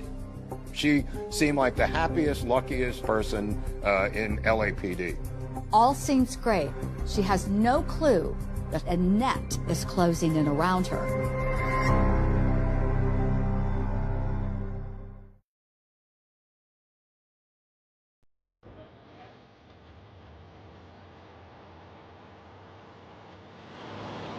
Hey, I don't know if you know my partner. Hey, right. Hi. Sure, that's Yeah, nice. see you guys. How's it going? Good. Have a seat. It's June of 2009, and Stephanie Lazarus has unwittingly walked into her own interrogation for the murder of Sherry Rasmussen. It's been 4 months since cold case detective Jim Nuttall first opened the case file and started carefully and quietly piecing together what he believed happened 23 years earlier. When detectives zeroed in on Stephanie Lazarus, one of their own, it appeared that they really wanted to keep that close to the vest. How important and how difficult was it to keep this under wraps and keep it secret? The detectives took every effort to scrub her name from their investigation. Any references to her at that point were only oblique references like suspect number 5. You know, it's difficult to track your own and know that one of your own is being accused of a crime or something illegal. And to complicate matters, Lazarus's office is right down the hall from robbery homicide. So the determination was made to not contact Stephanie Lazarus directly and to collect a sample of her DNA surreptitiously. This is where the Special Investigations Section comes into play. Now, this group, SIS, their job is watching Stephanie, following her, and get evidence. As luck would have it, she went to Costco a couple days after the surveillance had started, and she had a drink. And once she discarded that drink, the officers were able to collect her cup without her knowing it. And when you collect the DNA from the cup, you match it against whoever the suspect number 5 is. What did they get? They matched her DNA to the bite mark sample. Can you imagine that moment? After all these years, and now we know the answer is behind a badge. The DNA is a match, but cold case detectives still have to confront her face to face. One of the detectives approaches Stephanie one day in her office, and he says something to the effect of, you know, Stephanie, we've got this suspect who seems to know about some big art heist. He's down in the lockup. We need to bring you down there. Instead, it was just another detective. And so that was the stage that was set for that interview. We've been assigned a case that we've been looking at. Okay. It's a new case. So through the course of this police interview with Stephanie Lazarus, they are recording. She doesn't know. Do you know John Rutten? John Rutten? Rutten. Oh, yeah, I went to school with him. What's this all about? Well, it's relating to his wife. Immediately, they start talking about the Sherry Rasmussen murder. Do you know what the circumstances were regarding her death? Geez, let me think back. Geez, I don't know if it was, if it was a burglary or something. She's using every skill she has to talk her way out of being connected to this in any way. Connected to the crime or her old flame, John Rutten? We dated. I can't say that he was my boyfriend. I don't know that he would consider me his girlfriend. The detectives were able to get Stephanie Lazarus to confirm that she had gone to her hospital to speak with Sherry Rasmussen. And yeah, I may have met her at a hospital. But being that you were kind of used to see John, was everything okay between you guys? I mean, there was never anything uncomfortable or anything between you and her? I don't know. I mean, it's been so many years. You're probably a student of liars at this point in your career. Does that seem like a particularly adept liar to you? It was gold for us because we had all of the evidence that disproved everything that she was saying. Finally, when they say to her, we think we've got DNA from the crime scene, boom. Because now I'm thinking I probably need to talk to a lawyer. Okay. I mean, well, because I know how this stuff works, okay? She knows. She absolutely knows. She knows at that point that she talked way too long. And now it almost sounds like you're trying to pin something on me. When the interview ended, you can hear her getting arrested. Stephanie, you have the right to remain silent. Do you understand? Yes. You want to talk to us right now? No. All right. Okay. This is crazy. At this point, had you heard the name Stephanie Lazarus? No. The only Lazarus I knew was the man raised from the dead that Jesus did. That's it. This is the case that rose from the dead? Yeah, it did. On the 3rd floor of Parker Center this morning, police detectives arrested one of their own. Detectives assigned to the Los Angeles Police Department's Robbery Homicide Division, Cold Case Squad, arrested Los Angeles Police Detective Stephanie Lazarus. It's crazy that you've been working just down the hall from the murderer you'd been looking for years. Yes. Stephanie Lazarus didn't quite serve and protect, did she? No. When they said it was a police officer, I went, you're kidding. Absolutely kidding. A police officer committed this crime. I couldn't imagine that. I was very shocked, but I also know how effective DNA testing is. And it kind of made me realize that, yeah, Stephanie must have committed the murder.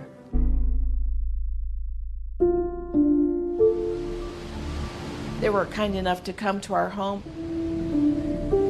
and let my parents know that they had made the arrest. I mean, I cried because I was so excited, number one, that justice for my sister, but also for my dad. I was so relieved and so happy and so sad. We had waited so long, but at last. I'm totally in shock. It was just a stunning turn of events. Then a whole new chapter begins. The prosecution is armed with what appears to be rock-solid evidence. But this is L.A. after all, and strange things have been known to happen in court. So, you have to wonder, would a jury really believe a veteran detective is capable of committing a cold-blooded murder?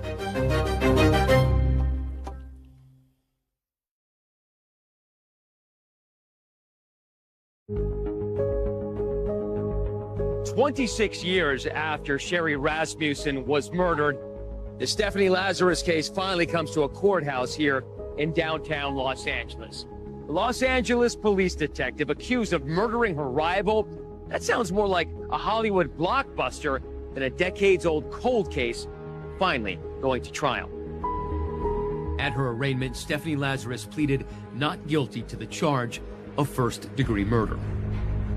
There was a lot of buzz in the air, folks across the country very interested in this case. And why wouldn't they be? It's sex, lies, law enforcement, an innocent victim. I covered the trial from A to Z, had a side view at Stephanie Lazarus. She sat in that orange jumpsuit. What a dichotomy from her police blues.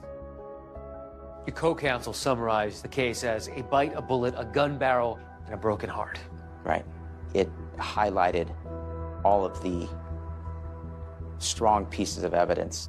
So the bite mark, of course, referred to the DNA evidence found on Sherry Rasmussen's left forearm. The prosecution considered this their ace in the hole. You had 4 separate analyses done, so by far that was the most important piece of evidence.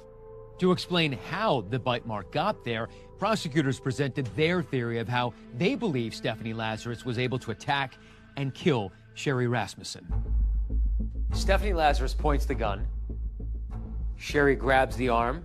If I grab your arm, yeah, and you want to release my hand, or get me to release my hand, try to do this, or you could grab me, or what's very close, exactly.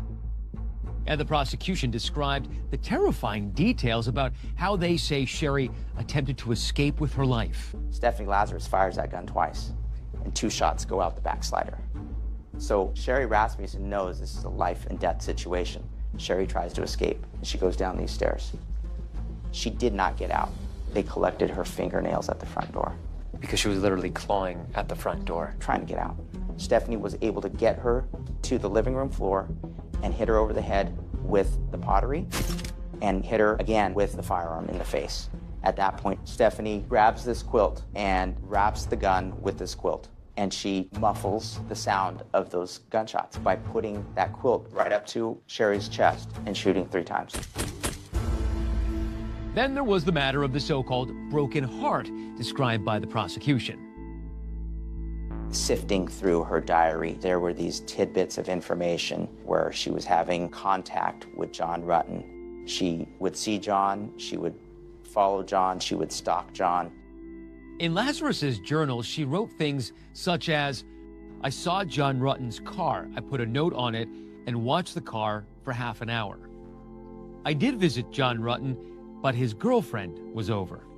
I really didn't feel like working. Too stressed out about John. I have a real hard time concentrating these days." When Stephanie's journals were entered into evidence, it clearly identified to me that she really never gave up on her obsession with John. John Rutten testified about his love for his wife and how he did not expect or know that Stephanie was capable of committing this crime. Rutten said he never once promised anything to Stephanie. He described a friendly relationship that involved casual sex. But then he made a jaw-dropping admission, something he had told investigators back in 2009. After he got engaged, he gets a call from Stephanie. He reveals that somehow they ended up in bed and had sex. When John was on the stand, I learned for the first time that he had relations with the defendant shortly before marrying my sister, and that was very devastating. When it came time for the defense to present its case, Lazarus's attorney, Mark Overland, tried to cast doubt on the chain of custody on the bite mark swab, suggesting that the evidence was tainted and Lazarus may have been framed. The envelope that the vial was stored in was found in a pretty ratty condition. He showed it to the jury. Would you trust this? You don't know who opened that vial. The strength of this evidence is that each piece was collected over a course of a long period of time, which would have made framing Stephanie Lazarus extremely implausible, if not impossible. In his closing argument, defense attorney Mark Overland claimed those journal entries didn't amount to obsession, arguing John was mentioned only 5 times among almost 600 pages. After almost 3 weeks of trial, the case went to the jury. They returned with a verdict in less than 2 days. We, the jury, in the above-entitled action, find the defendant, Stephanie Eileen Lazarus, guilty of the crime of murder of Sherry Rasmussen. It was just like a rush of relief that it's over. Relief for my father that he finally was vindicated and he had his answers. Stephanie Lazarus' sentencing hearing was held in March of 2012. So People versus Stephanie Lazarus. Matter is set today for sentencing. A statement from Nels Rasmussen was read by the prosecutor. Sherry was a beautiful, talented, gifted person and a loving daughter. Her senseless death caused pain that will never, ever heal. And John Rutten tried to describe the heavy burden it seems he will carry for the rest of his life. I'm John Rutten. The fact that Sherry's death occurred because she met and married me brings me to my knees. I have resigned myself to trying to endure the daydreams about a world where Sherry is still with us, and this pointless tragedy never occurred. Thank you, Mr. Rutten. The judge is about to announce Stephanie Lazarus' sentence for first-degree murder and use of a gun. Court will now pronounce sentence. But this case is far from over. Sherry Rasmussen's friends and family have no idea about the shocking turn of events that await them in the not-too-distant future. Will a killer walk free?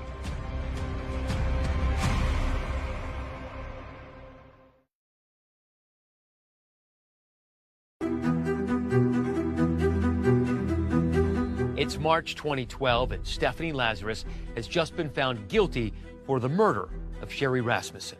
Never admitting guilt, Lazarus waved goodbye and smiled to her family as she left the courtroom. What was her sentence? She received 25 to life first-degree murder and 2 years for the use of a gun. There had never been an arrest of an active LAPD detective for murder under circumstances this salacious, a cold case. And once the Rasmussens stepped forward, allegations of a cover-up. LAPD should want to know why it took so long, and there should be accountability for that passage of time. The Rasmussens took action in 2 ways. One was to file a complaint directly with the LAPD alleging a cover-up to protect Officer Lazarus from criminal prosecution. They also filed a civil lawsuit against the LAPD, making the same allegation. The day that Stephanie Lazarus was arraigned, the Rasmussens asked to get answers as to what happened in 1986 and what happened that nothing was done despite our repeated requests. The LAPD denied the Rasmussens' allegations, citing immunity, and the lawsuit was eventually dismissed because of the statute of limitations. As for the complaint the Rasmussens filed directly with the LAPD's Internal Affairs Department launched an investigation in response to the allegations. Journalist Matthew McGough obtained a copy of the Internal Affairs file, which wasn't released publicly. A total of 6.8 hours were devoted to trying to determine whether or not Stephanie Lazarus was protected in an internal cover-up. More than a year passed before it was closed with no one being interviewed, no investigative conclusions.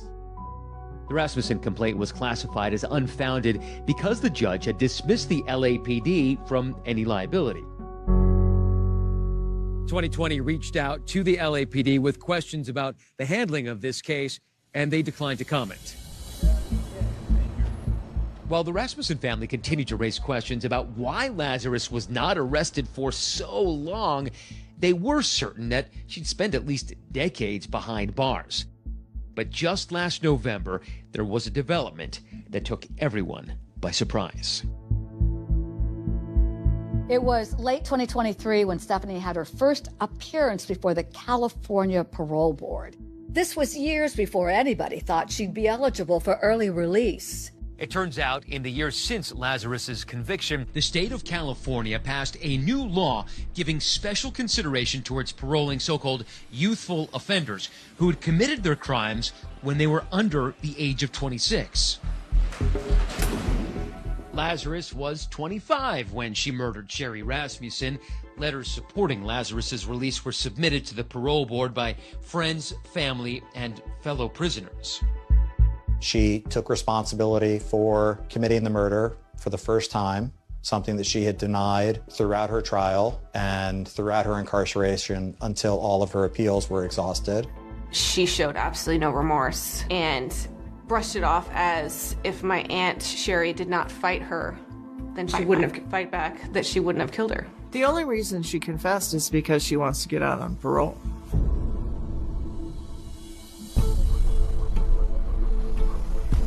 And at the conclusion of that parole hearing, Lazarus, to the outrage of many, was granted parole.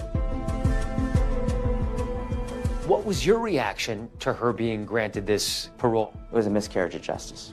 However, before that decision became final, California Governor Gavin Newsom intervened in the case and requested it go to the full parole board for reconsideration.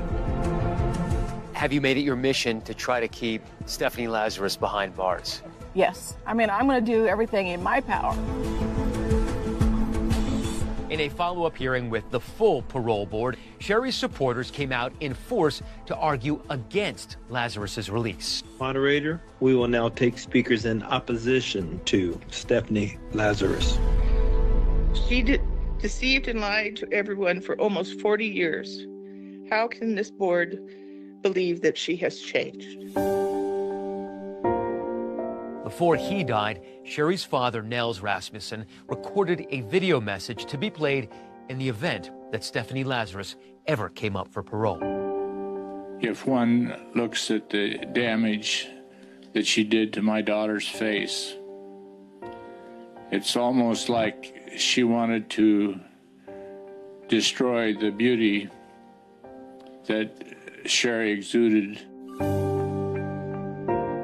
The board's earlier decision to approve parole was put on hold pending yet another review. I say expect the worst and prepare for our next step when that happens. And what's that next step? Just keep fighting. For the family and everyone else concerned, the day has arrived where we'll find out if Stephanie Lazarus is released or remains behind bars.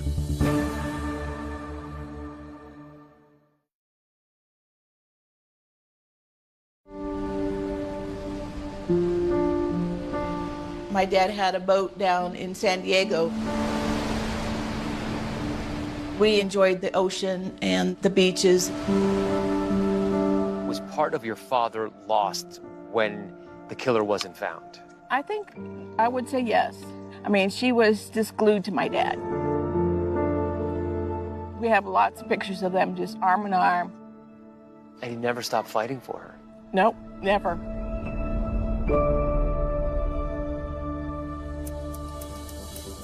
And that struggle to keep Sherry's killer behind bars came to a head just this week as parole officials met for the third time to determine Stephanie Lazarus's fate. I served as the pool reporter for the parole rescission hearing held for Stephanie Lazarus. After Lazarus, her attorney, and all the victim's family and representatives had spoken, the commissioners announced that they would adjourn to deliberate, and after about 25 minutes or so, announced their decision. Stephanie Lazarus will not be released from prison, at least for now. A panel decided to rescind her parole. The parole board's decision in the hearing was unanimous. Lazarus did not speak about the crime itself or express any remorse to the family members of Sherry who were there. She was denied parole. It's most likely that she would appeal it and ask for another parole hearing every year. So the victim's family will go through this every year. And as long as Stephanie Lazarus tries to win her freedom, Teresa, Connie, and their children say they'll continue the fight to keep her behind bars. Teresa and I have continued to battle on behalf of our sister, Sherry. We really have to keep her in because she has no regard for what she did. She does not have remorse. I remember promising my grandparents that we would always continue the fight. We're fortunate enough to have 3 children, all girls. Sherry was the middle one. But in many respects, Sherry was the one that held not only her sisters together, but her mom and dad.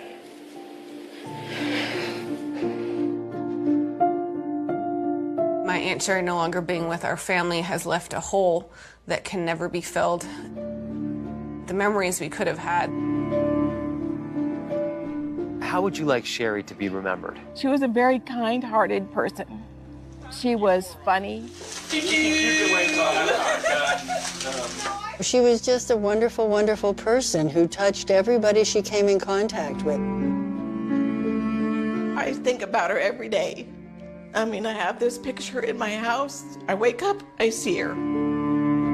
I don't think Sherry is ever gone. She's always here. Sherry Rasmussen's family filed a wrongful death lawsuit against Stephanie Lazarus in 2016 and won a judgment of $10 million. It'll be 4 months before Stephanie Lazarus is eligible for a new parole hearing. That is our program for tonight. I'm David Muir. Thanks for watching. And I'm Deborah Roberts. From all of us here at 2020 and ABC News, good night.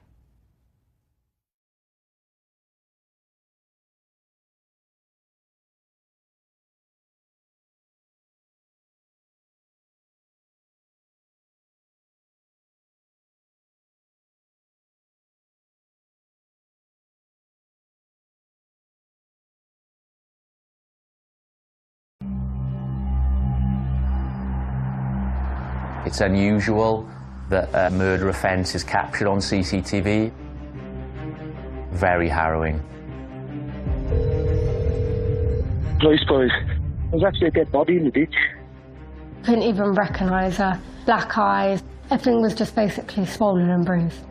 He's an animal. Really, he's destroyed my family. They started like kicking me and punching me and I was terrified. We had to take a dangerous offender off the streets. He's just evil. He's took a mother away from her 5 children. That's a monster.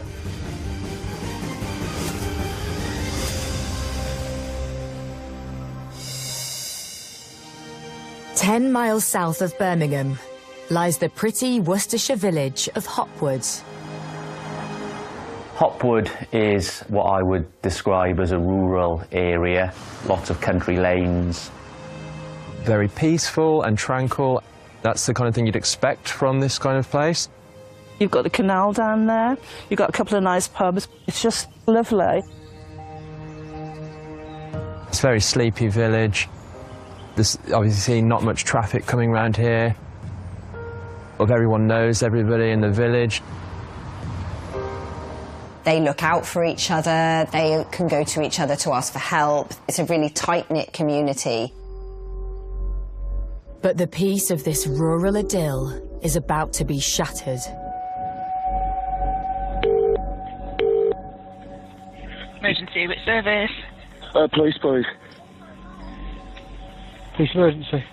Hello, yeah. I'm sorry, I'm just walking my dog up the lane at the moment. There's actually a dead body in the ditch.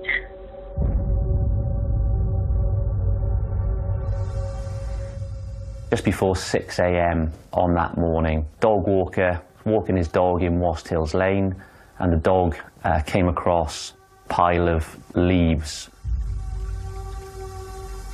And the dog walker then discovered there was blood underneath the leaves.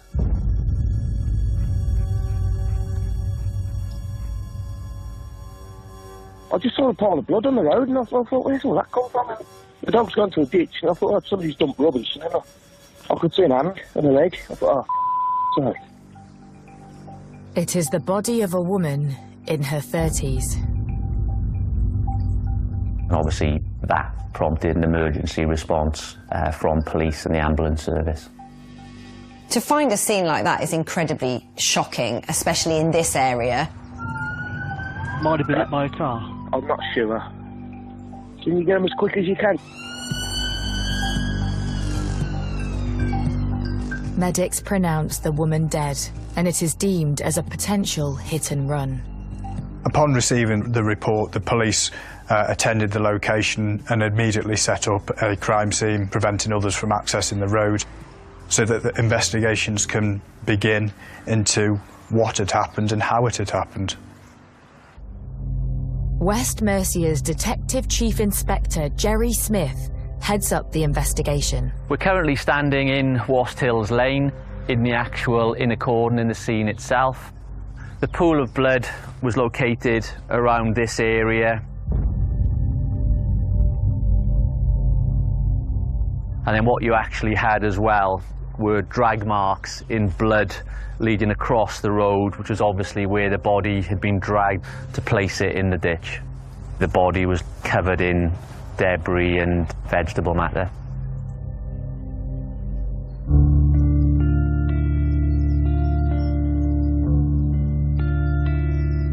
When I initially attended the scene, officers thought that it could have been a non-stop fatal road traffic collision. The grim discovery becomes the talk of the village. This must have been a huge shock for the local residents, finding out that a body had been discovered in their locality. That kind of, concern, because this is a place where things don't happen very often, would have been high, really high level.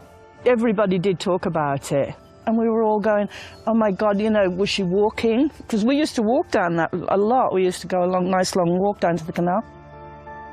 I was keenly aware that going forward it was highly likely to raise significant concerns within that area, particularly at that time because we didn't have an identification of the body and we didn't know what type of incident we were actually dealing with.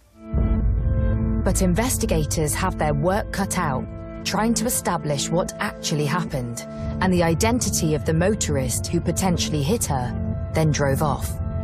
The rural nature of the scene obviously means that we're going to get less likelihood of CCTV evidence and witness evidence because, as you can see, there's nobody around, just causing complexities to the investigation. The police carry out an immediate investigation. They will have spoken to witnesses at the houses nearby, knocking on doors to see if anybody had heard or seen anything at the time, as well as conducting painstaking CCTV inquiries to try and identify the movements of the deceased. The next priority in an investigation like this is to identify the body, to work out who this woman is. The police identified a rucksack at the scene.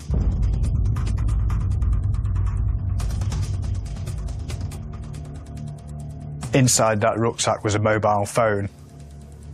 Fingerprints and DNA swabs were taken from the phone, and then it was opened up and identification and details from the handset, from the SIM were taken. And then by making inquiries with the telecommunications provider, we managed to identify through our intelligence systems that it was Kerry. Kerry Owen was a 35-year-old mother of 5 children.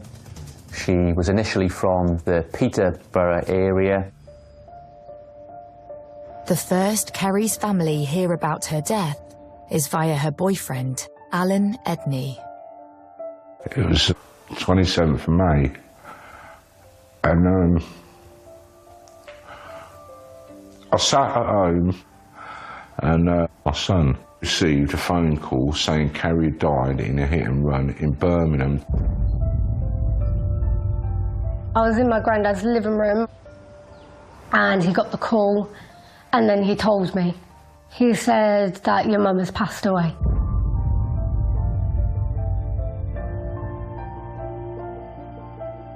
Everyone was just upset and shocked. I got a phone call and he said to me that they were out camping and she went off and got hit by a car and the car drove off. And he says we was running across the farmer's field and there was a gateway. He says, I think I thought I slipped and went through the gateway, and I looked at the side of me and Carrie lay there with a hole in her head. And I see a black Peugeot 206 in the distance. Obviously, I broke down, like, I was literally in tears. One of my sister's mates who I lived with, he broke down. He just hugged me and he goes, we're going to get justice for her one way. Obviously, I was upset. You know, she's my friend. I've always looked out for her, and I felt let down that I couldn't protect her because I've always been there to protect her. She was a kind-hearted person. You know, she'd do anything for anybody. She would always look after Kyrie, who's my oldest son, buy him new clothes, feed him, change him. They would always be together. Everyone really loved her, you know, like she was just like adorable and that. While Kerry's family try to come to terms with the devastating news, investigators are examining the scene to try to establish what actually happened. In the addresses nearby, some of those addresses had CCTV, and a vehicle had been seen leaving Wast Hills Lane at about 4 a.m.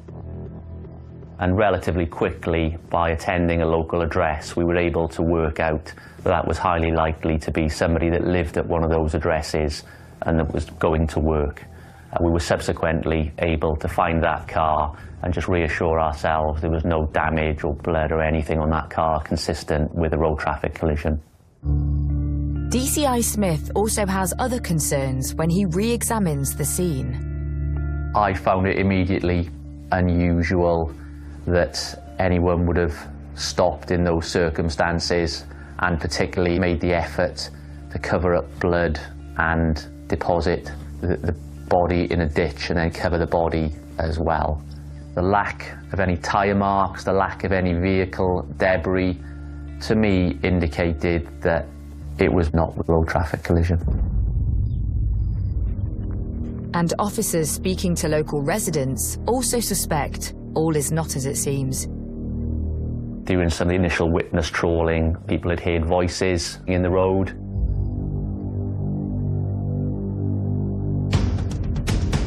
CCTV from a nearby address points towards the area in the lane where the voices are coming from. It didn't cover the scene, but crucially what it did have was audio.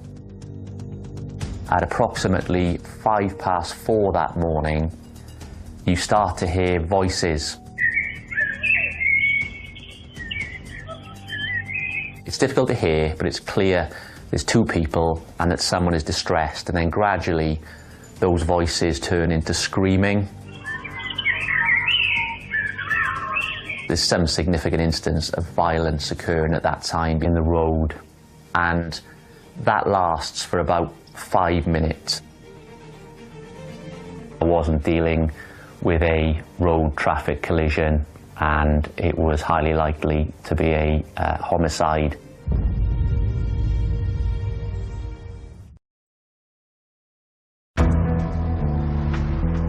In Hopwood, Worcestershire, 35-year-old mother of 5, Kerry Owen, has been found dead by the roadside in mysterious circumstances. After viewing nearby CCTV just hours before her body is discovered, police now suspect Kerry was murdered as she walked along Wast Hill Lane. You hear parents screaming,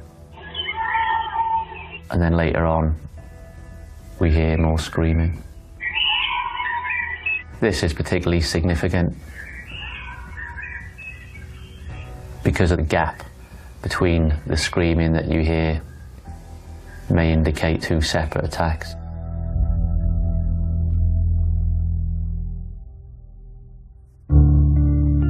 "40 meters before Kerry's final resting place, police uncover evidence of that first attack. This is the scene of what I think could have been the initial attack site, with blood was found on the ground, and in fact a dislodged tooth was found in this area as well by the fingertip search. There was also some orange debris in the road. Officers thought it was a cigarette lighter, so straight away it became obvious there were 2 separate attack sites, 2 assaults. And that is then potentially corroborated by what you hear on the CCTV. There is a gap between the screaming, which may be consistent with an assault in one location, either Kerry moving herself or being dragged to the second location where she was finally killed.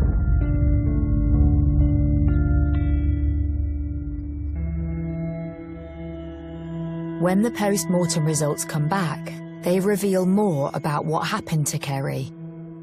The pathologist found that Kerry had essentially been subjected to a savage beating. She had over 80 injuries on her body.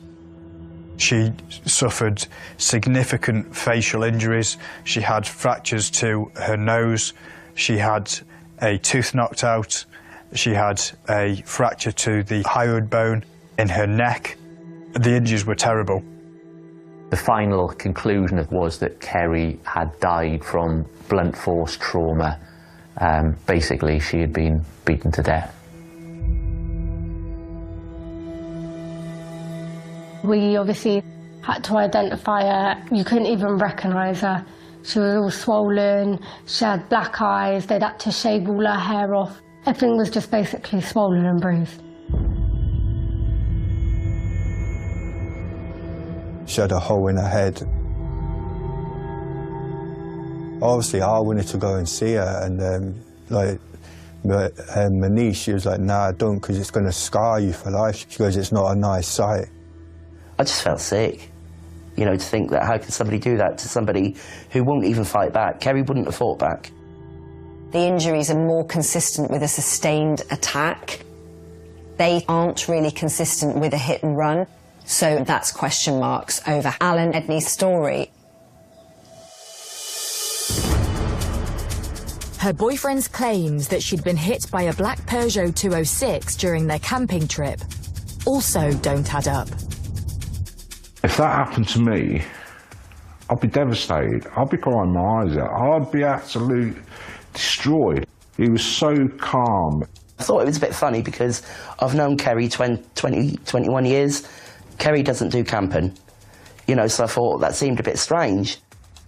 I used to buy and sell cars and everything. I've never seen a Peugeot 206 black one in years. Must be a proper collector's car. It was unbelievable.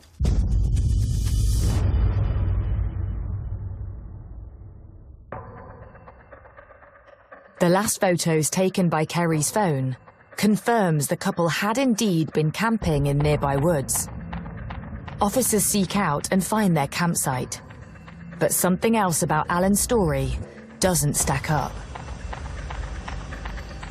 Edney's account was that they had come from the campsite and for some reason decided to have a race. He'd got caught in the gate, and as that happened, he'd heard the sound of a collision and Kerry being hit by a vehicle, which didn't stop. And it just doesn't make sense that they would have climbed over this gate and she'd have been hit by a car. We're now hundreds of yards from the location where Kerry's body was found. The road traffic collision just didn't stand any scrutiny. Alan Edney basically told some of Kerry's family members he had in fact called the police and an ambulance, and he had then attended a local hospital with Kerry where she was pronounced deceased. He describes to his grandmother actually that he's had a statement taken by a police officer who had then dropped him back. We found no evidence of any of that at all. With Edney now firmly in their sights as a suspect, detectives dig deeper into his history with Kerry. Kerry Owen first met Edney in March 2020 via a dating site. I remember her saying to me she'd met a man on the internet from Birmingham. And within a week, she moved to Birmingham with him. First time we went down, we met him in the town centre, and he seemed lovely. I told her to really come back to Peterborough so she could be with her family, but she said no, she met the man of her dreams, basically. All Kerry wanted in life was to be loved, and, you know, if somebody told her they loved her straight away, Kerry would be all for that, if you know what I mean.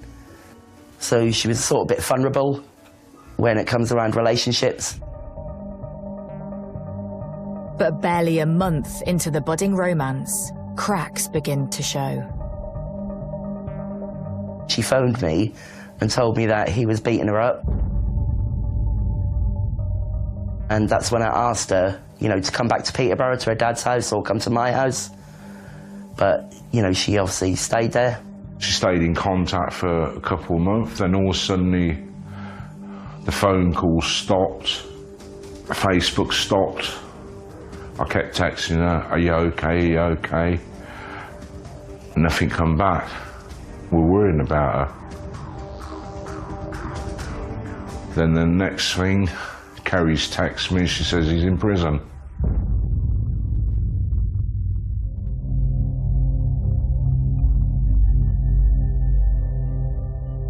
In 2021, there was a serious incident where Kerry and Alan's mum had taken a short holiday to Blackpool, and that resulted in a serious assault where Alan assaulted Kerry and his mum.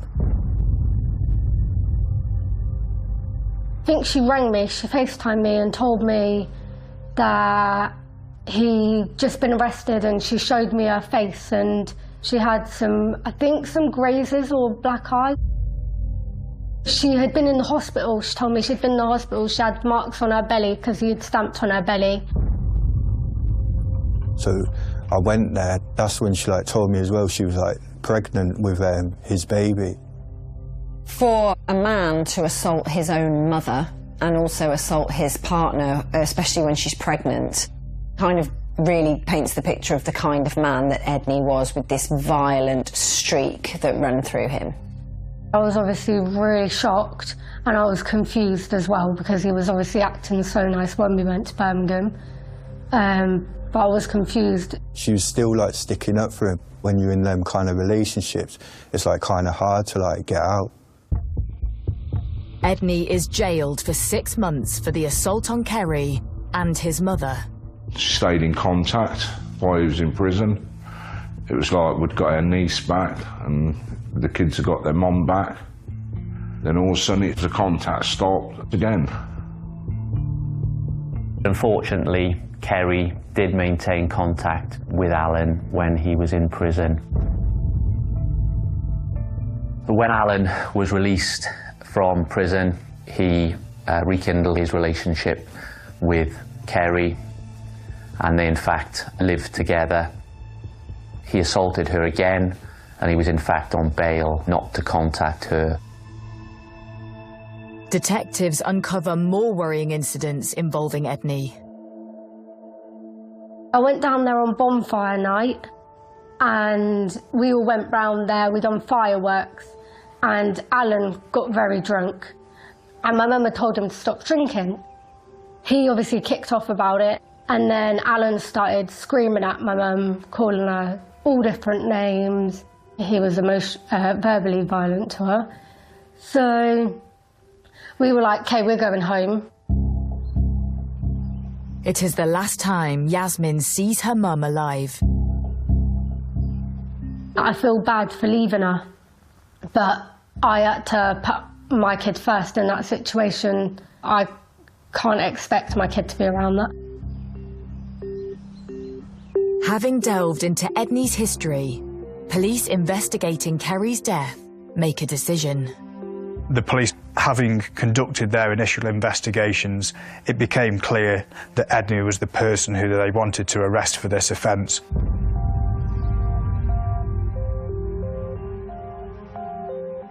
Once we'd identified a location for him, an address on the nearby Hawksley estate that was within walking distance of the crime scene, was in fact his grandmother's address. When officers attended Alan's nan's address, Alan was present, and he was arrested on suspicion of murder.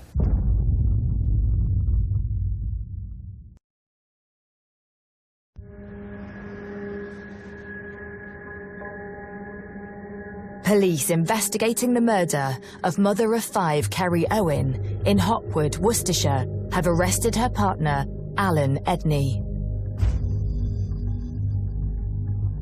Edney was arrested on the evening of the 27th of May 2022. His family were entirely surprised at his arrest, given that they believed that Kerry Owen had died in a road traffic collision. He didn't make any admissions. He, in fact, made no comment to all questions put to him during the interview process. But he did make comments outside of the process, indicating that he had an alibi and that he wasn't responsible for the offence. Word spreads throughout the village and to Kerry's family back in Peterborough. The police came round, my granddad's, and basically said Alan Edney has been arrested on suspicion of murder. It all made sense then, like it all adds up why he was lying, why people had been told different stories and stuff like that, and we all had to do our statements. Meanwhile, police uncover more evidence about Edney's behaviour. Our investigations into Alan Edney's history demonstrated that he had a significant history of domestic abuse on intimate partners, but also on his family members. There seemed to be a pattern where alcohol was a significant trigger for that offending behaviour. And we found a number of incidences in Alan Edney's past of significant domestic violence. One of those occurred on New Year's Day, 2018.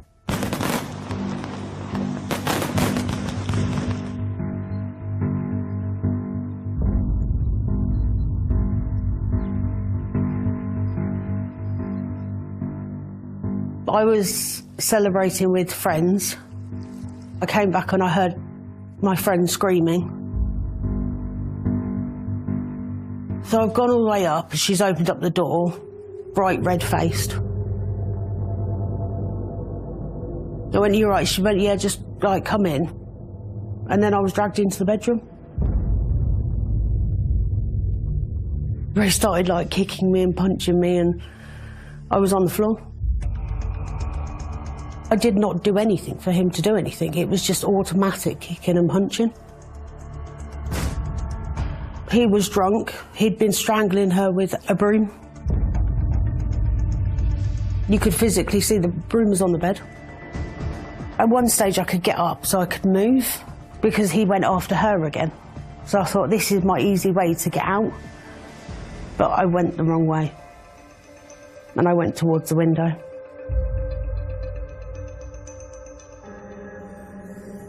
The woman claims Edney then pushed her halfway out of the window as her friend looked on in horror. Next minute I know is I'm looking down. Well, I was literally near enough out the window, and she literally dragged him back to pull me back in. I'd come back and he started kicking me again, but he was kicking me in the side, in the stomach, in the legs. My blood was all over the floor. My friend helped me try and get away. She shouted out, "She's pregnant." He went, "I don't care, another one can be dead then." Edney's victim flees for her life. In March 2018, Edney pleaded guilty to assault and was jailed for 3.5 years. To carry out an attack of that ferocity suggests a man with a serious violent tendency and where really there are no holds barred. Mentally destroyed me. Physically destroyed me. I had to run from where I lived. Literally, I couldn't stay there. He was evil. Following the attack, his victim posted warnings about Edney online, prompting his now girlfriend Kerry Owen to reach out. Kerry then contacted me and my friend. We persuaded her. He'd beat her up. But because she was pregnant with his son, she was like, "Oh, I still love him." Next thing I know is that she's dead. And that absolutely killed me. Because nobody listened. This could have been prevented. I swear it could have been prevented.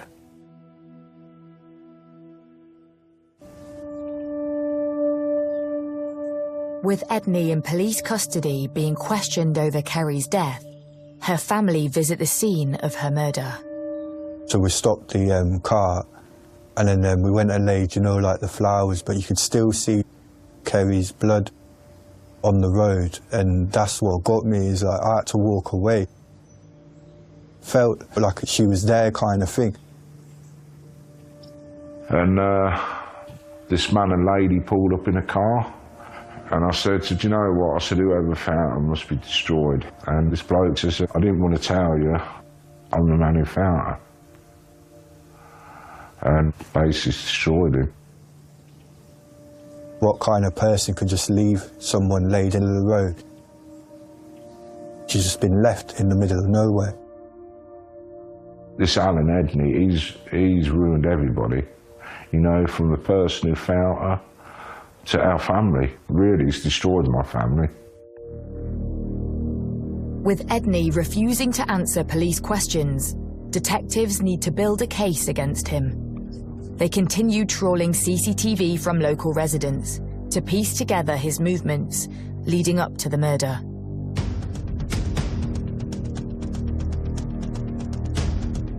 The CCTV inquiries were able to map the movements of Edney and Kerry Owen.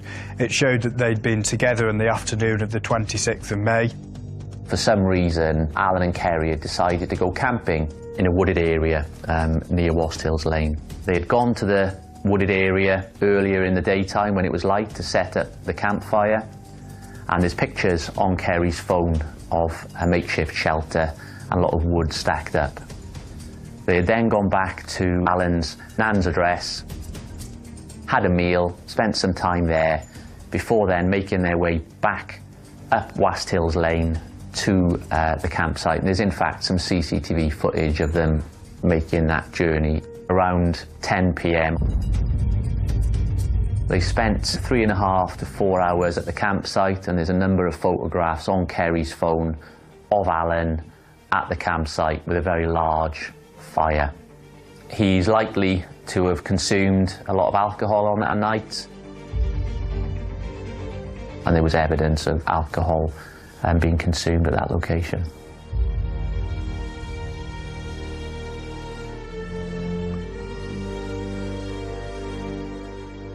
For some reason unknown, they decided to leave the campsite in the early hours of the morning. At around 4 a.m, the sound of an argument breaks out between the couple on CCTV. Then Kerry is heard, fighting for her life.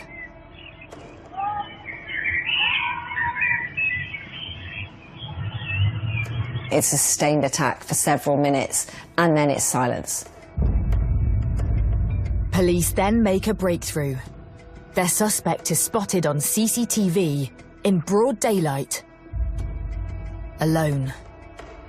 Around 50 minutes later, the CCTV captured Edney leaving the locality of the scene. Wearing a distinctive T-shirt that he's shown wearing on Kerry's mobile phone. He's wiping his hands, and he looks a bit agitated, he looks quite erratic, and he kind of walks down the lane and then turns off.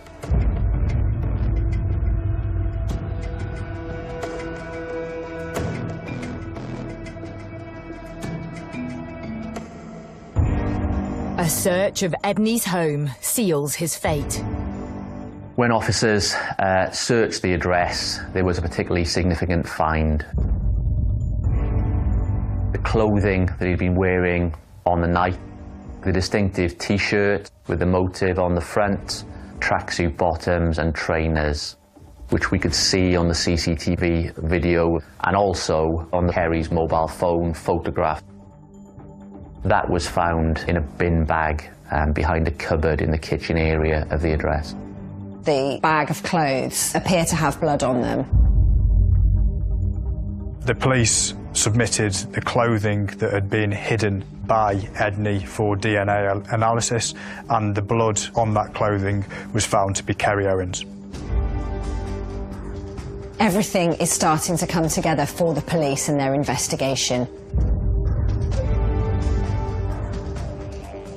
3 days after Alan Edney was arrested on suspicion of the murder of Kerry Owen, the Crown Prosecution Service made the decision to charge him with murder.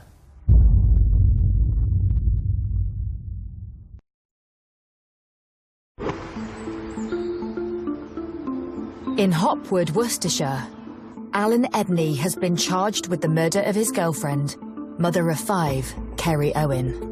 But the hard graft doesn't stop for the investigators.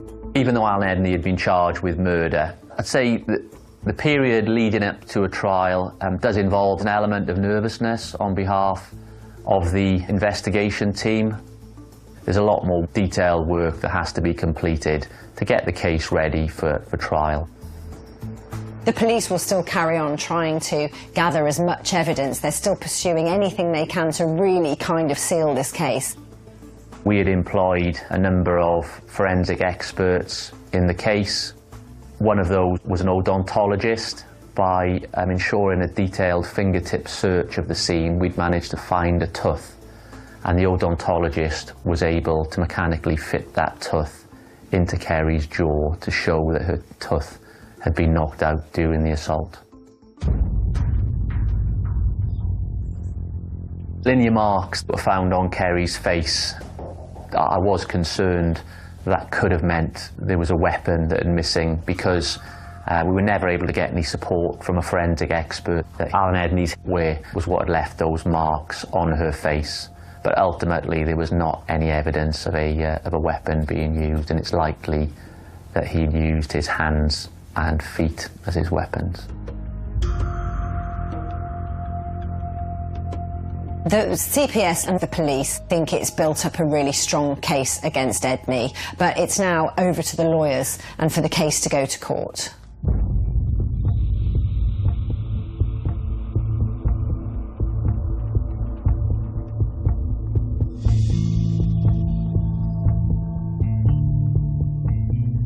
I was in a really bad way. My head was like all over. It was like I couldn't sleep, because it was like, is he gonna get found like guilty? Is he gonna or is he gonna walk? I didn't know what was gonna happen and that.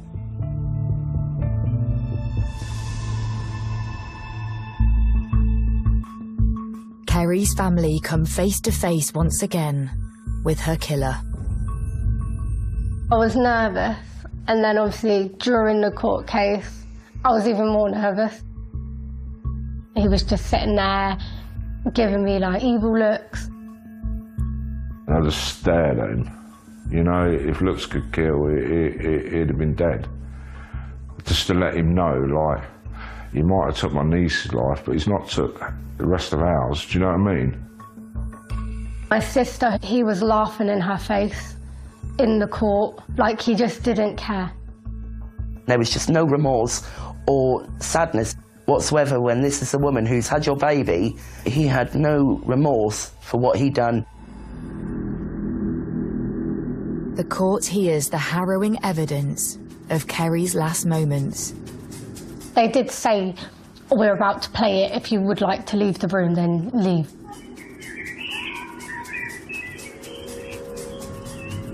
The last time I ever heard my niece screaming for her life was on that man's CCTV. So, it's horrible, really.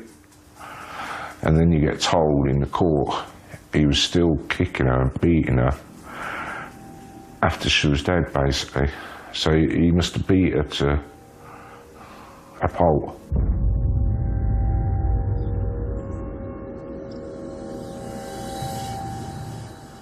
His defence at court was effectively that he admitted responsibility for Kerry's death, but that was on the grounds of provocation and diminished responsibility.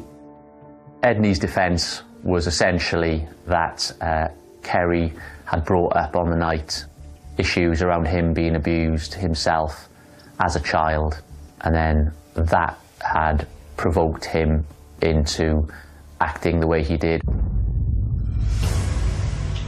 Edney blames his brutal attack on mental illness and a loss of control.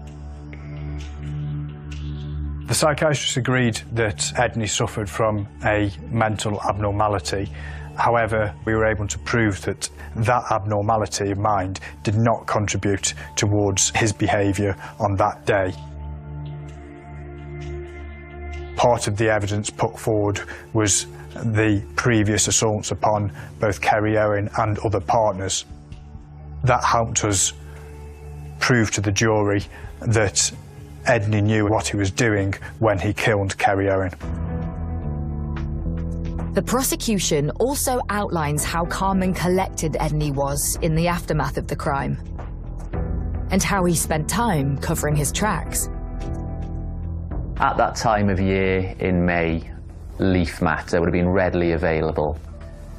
He used some of that to cover up a significant pooling of blood in the middle of the road, but then he also dragged Kerry's body into a deep ditch nearby, deposited her in there, and then covered her with a significant amount of vegetation which he took from undergrowth nearby.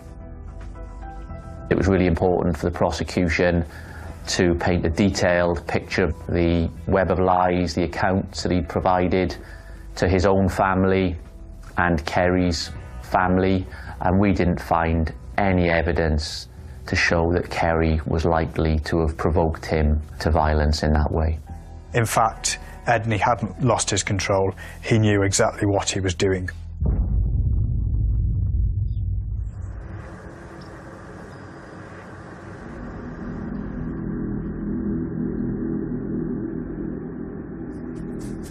It was in the hands of the jury from that point. I think there's always an element of nervousness. You do not know how the jury view the case, so naturally there was an apprehension. The jury unanimously found Edney guilty of murder. We were all well happy. We were all jumping up and down on the seating area. We were all bouncing up and down on there, shouting. We were all happy. I think the overwhelming emotion was one of relief that we had delivered justice for Kerry Owen, her family, and also to help to protect the wider public from Edney. Alan Edney is jailed for life with a minimum of 20 years. He is, in my view, a significant danger to women, and I think that result protects other women from potentially becoming similar victims. It ensures that Edney will be behind bars for a very long time. Justice was served, but I don't think the sentence was hard enough. It's basically probably destroyed our family. The man's evil. He's took a mother away from her 5 children. That's the monster. Hopefully he'll never get out. You know, the best thing to him to do is die in jail.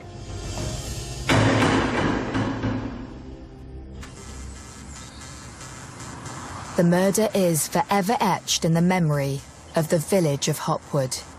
It will have a lasting impact on this community. It's such a horrendous crime on their doorstep in such a, what is otherwise a lovely place to live. And that will be with them for a long time. For the people who live there, you know, this is kind of a blot on their history and something that I don't think any of them will forget.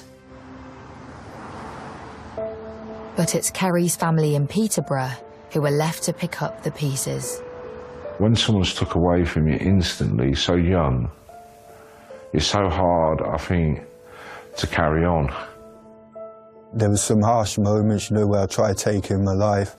It's like I just wanted to like be with her because I basically like lost her, and not just like a sister, it's like a best, you know, like a best friend, and like I just like miss her and that. So it's sad, really. It's sad for them all. She's, you know, missed by everyone.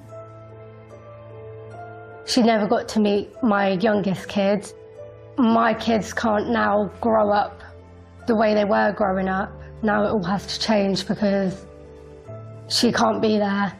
Even the grandchildren, they always look in stars and say, Nanny. It's just heartbreaking, really.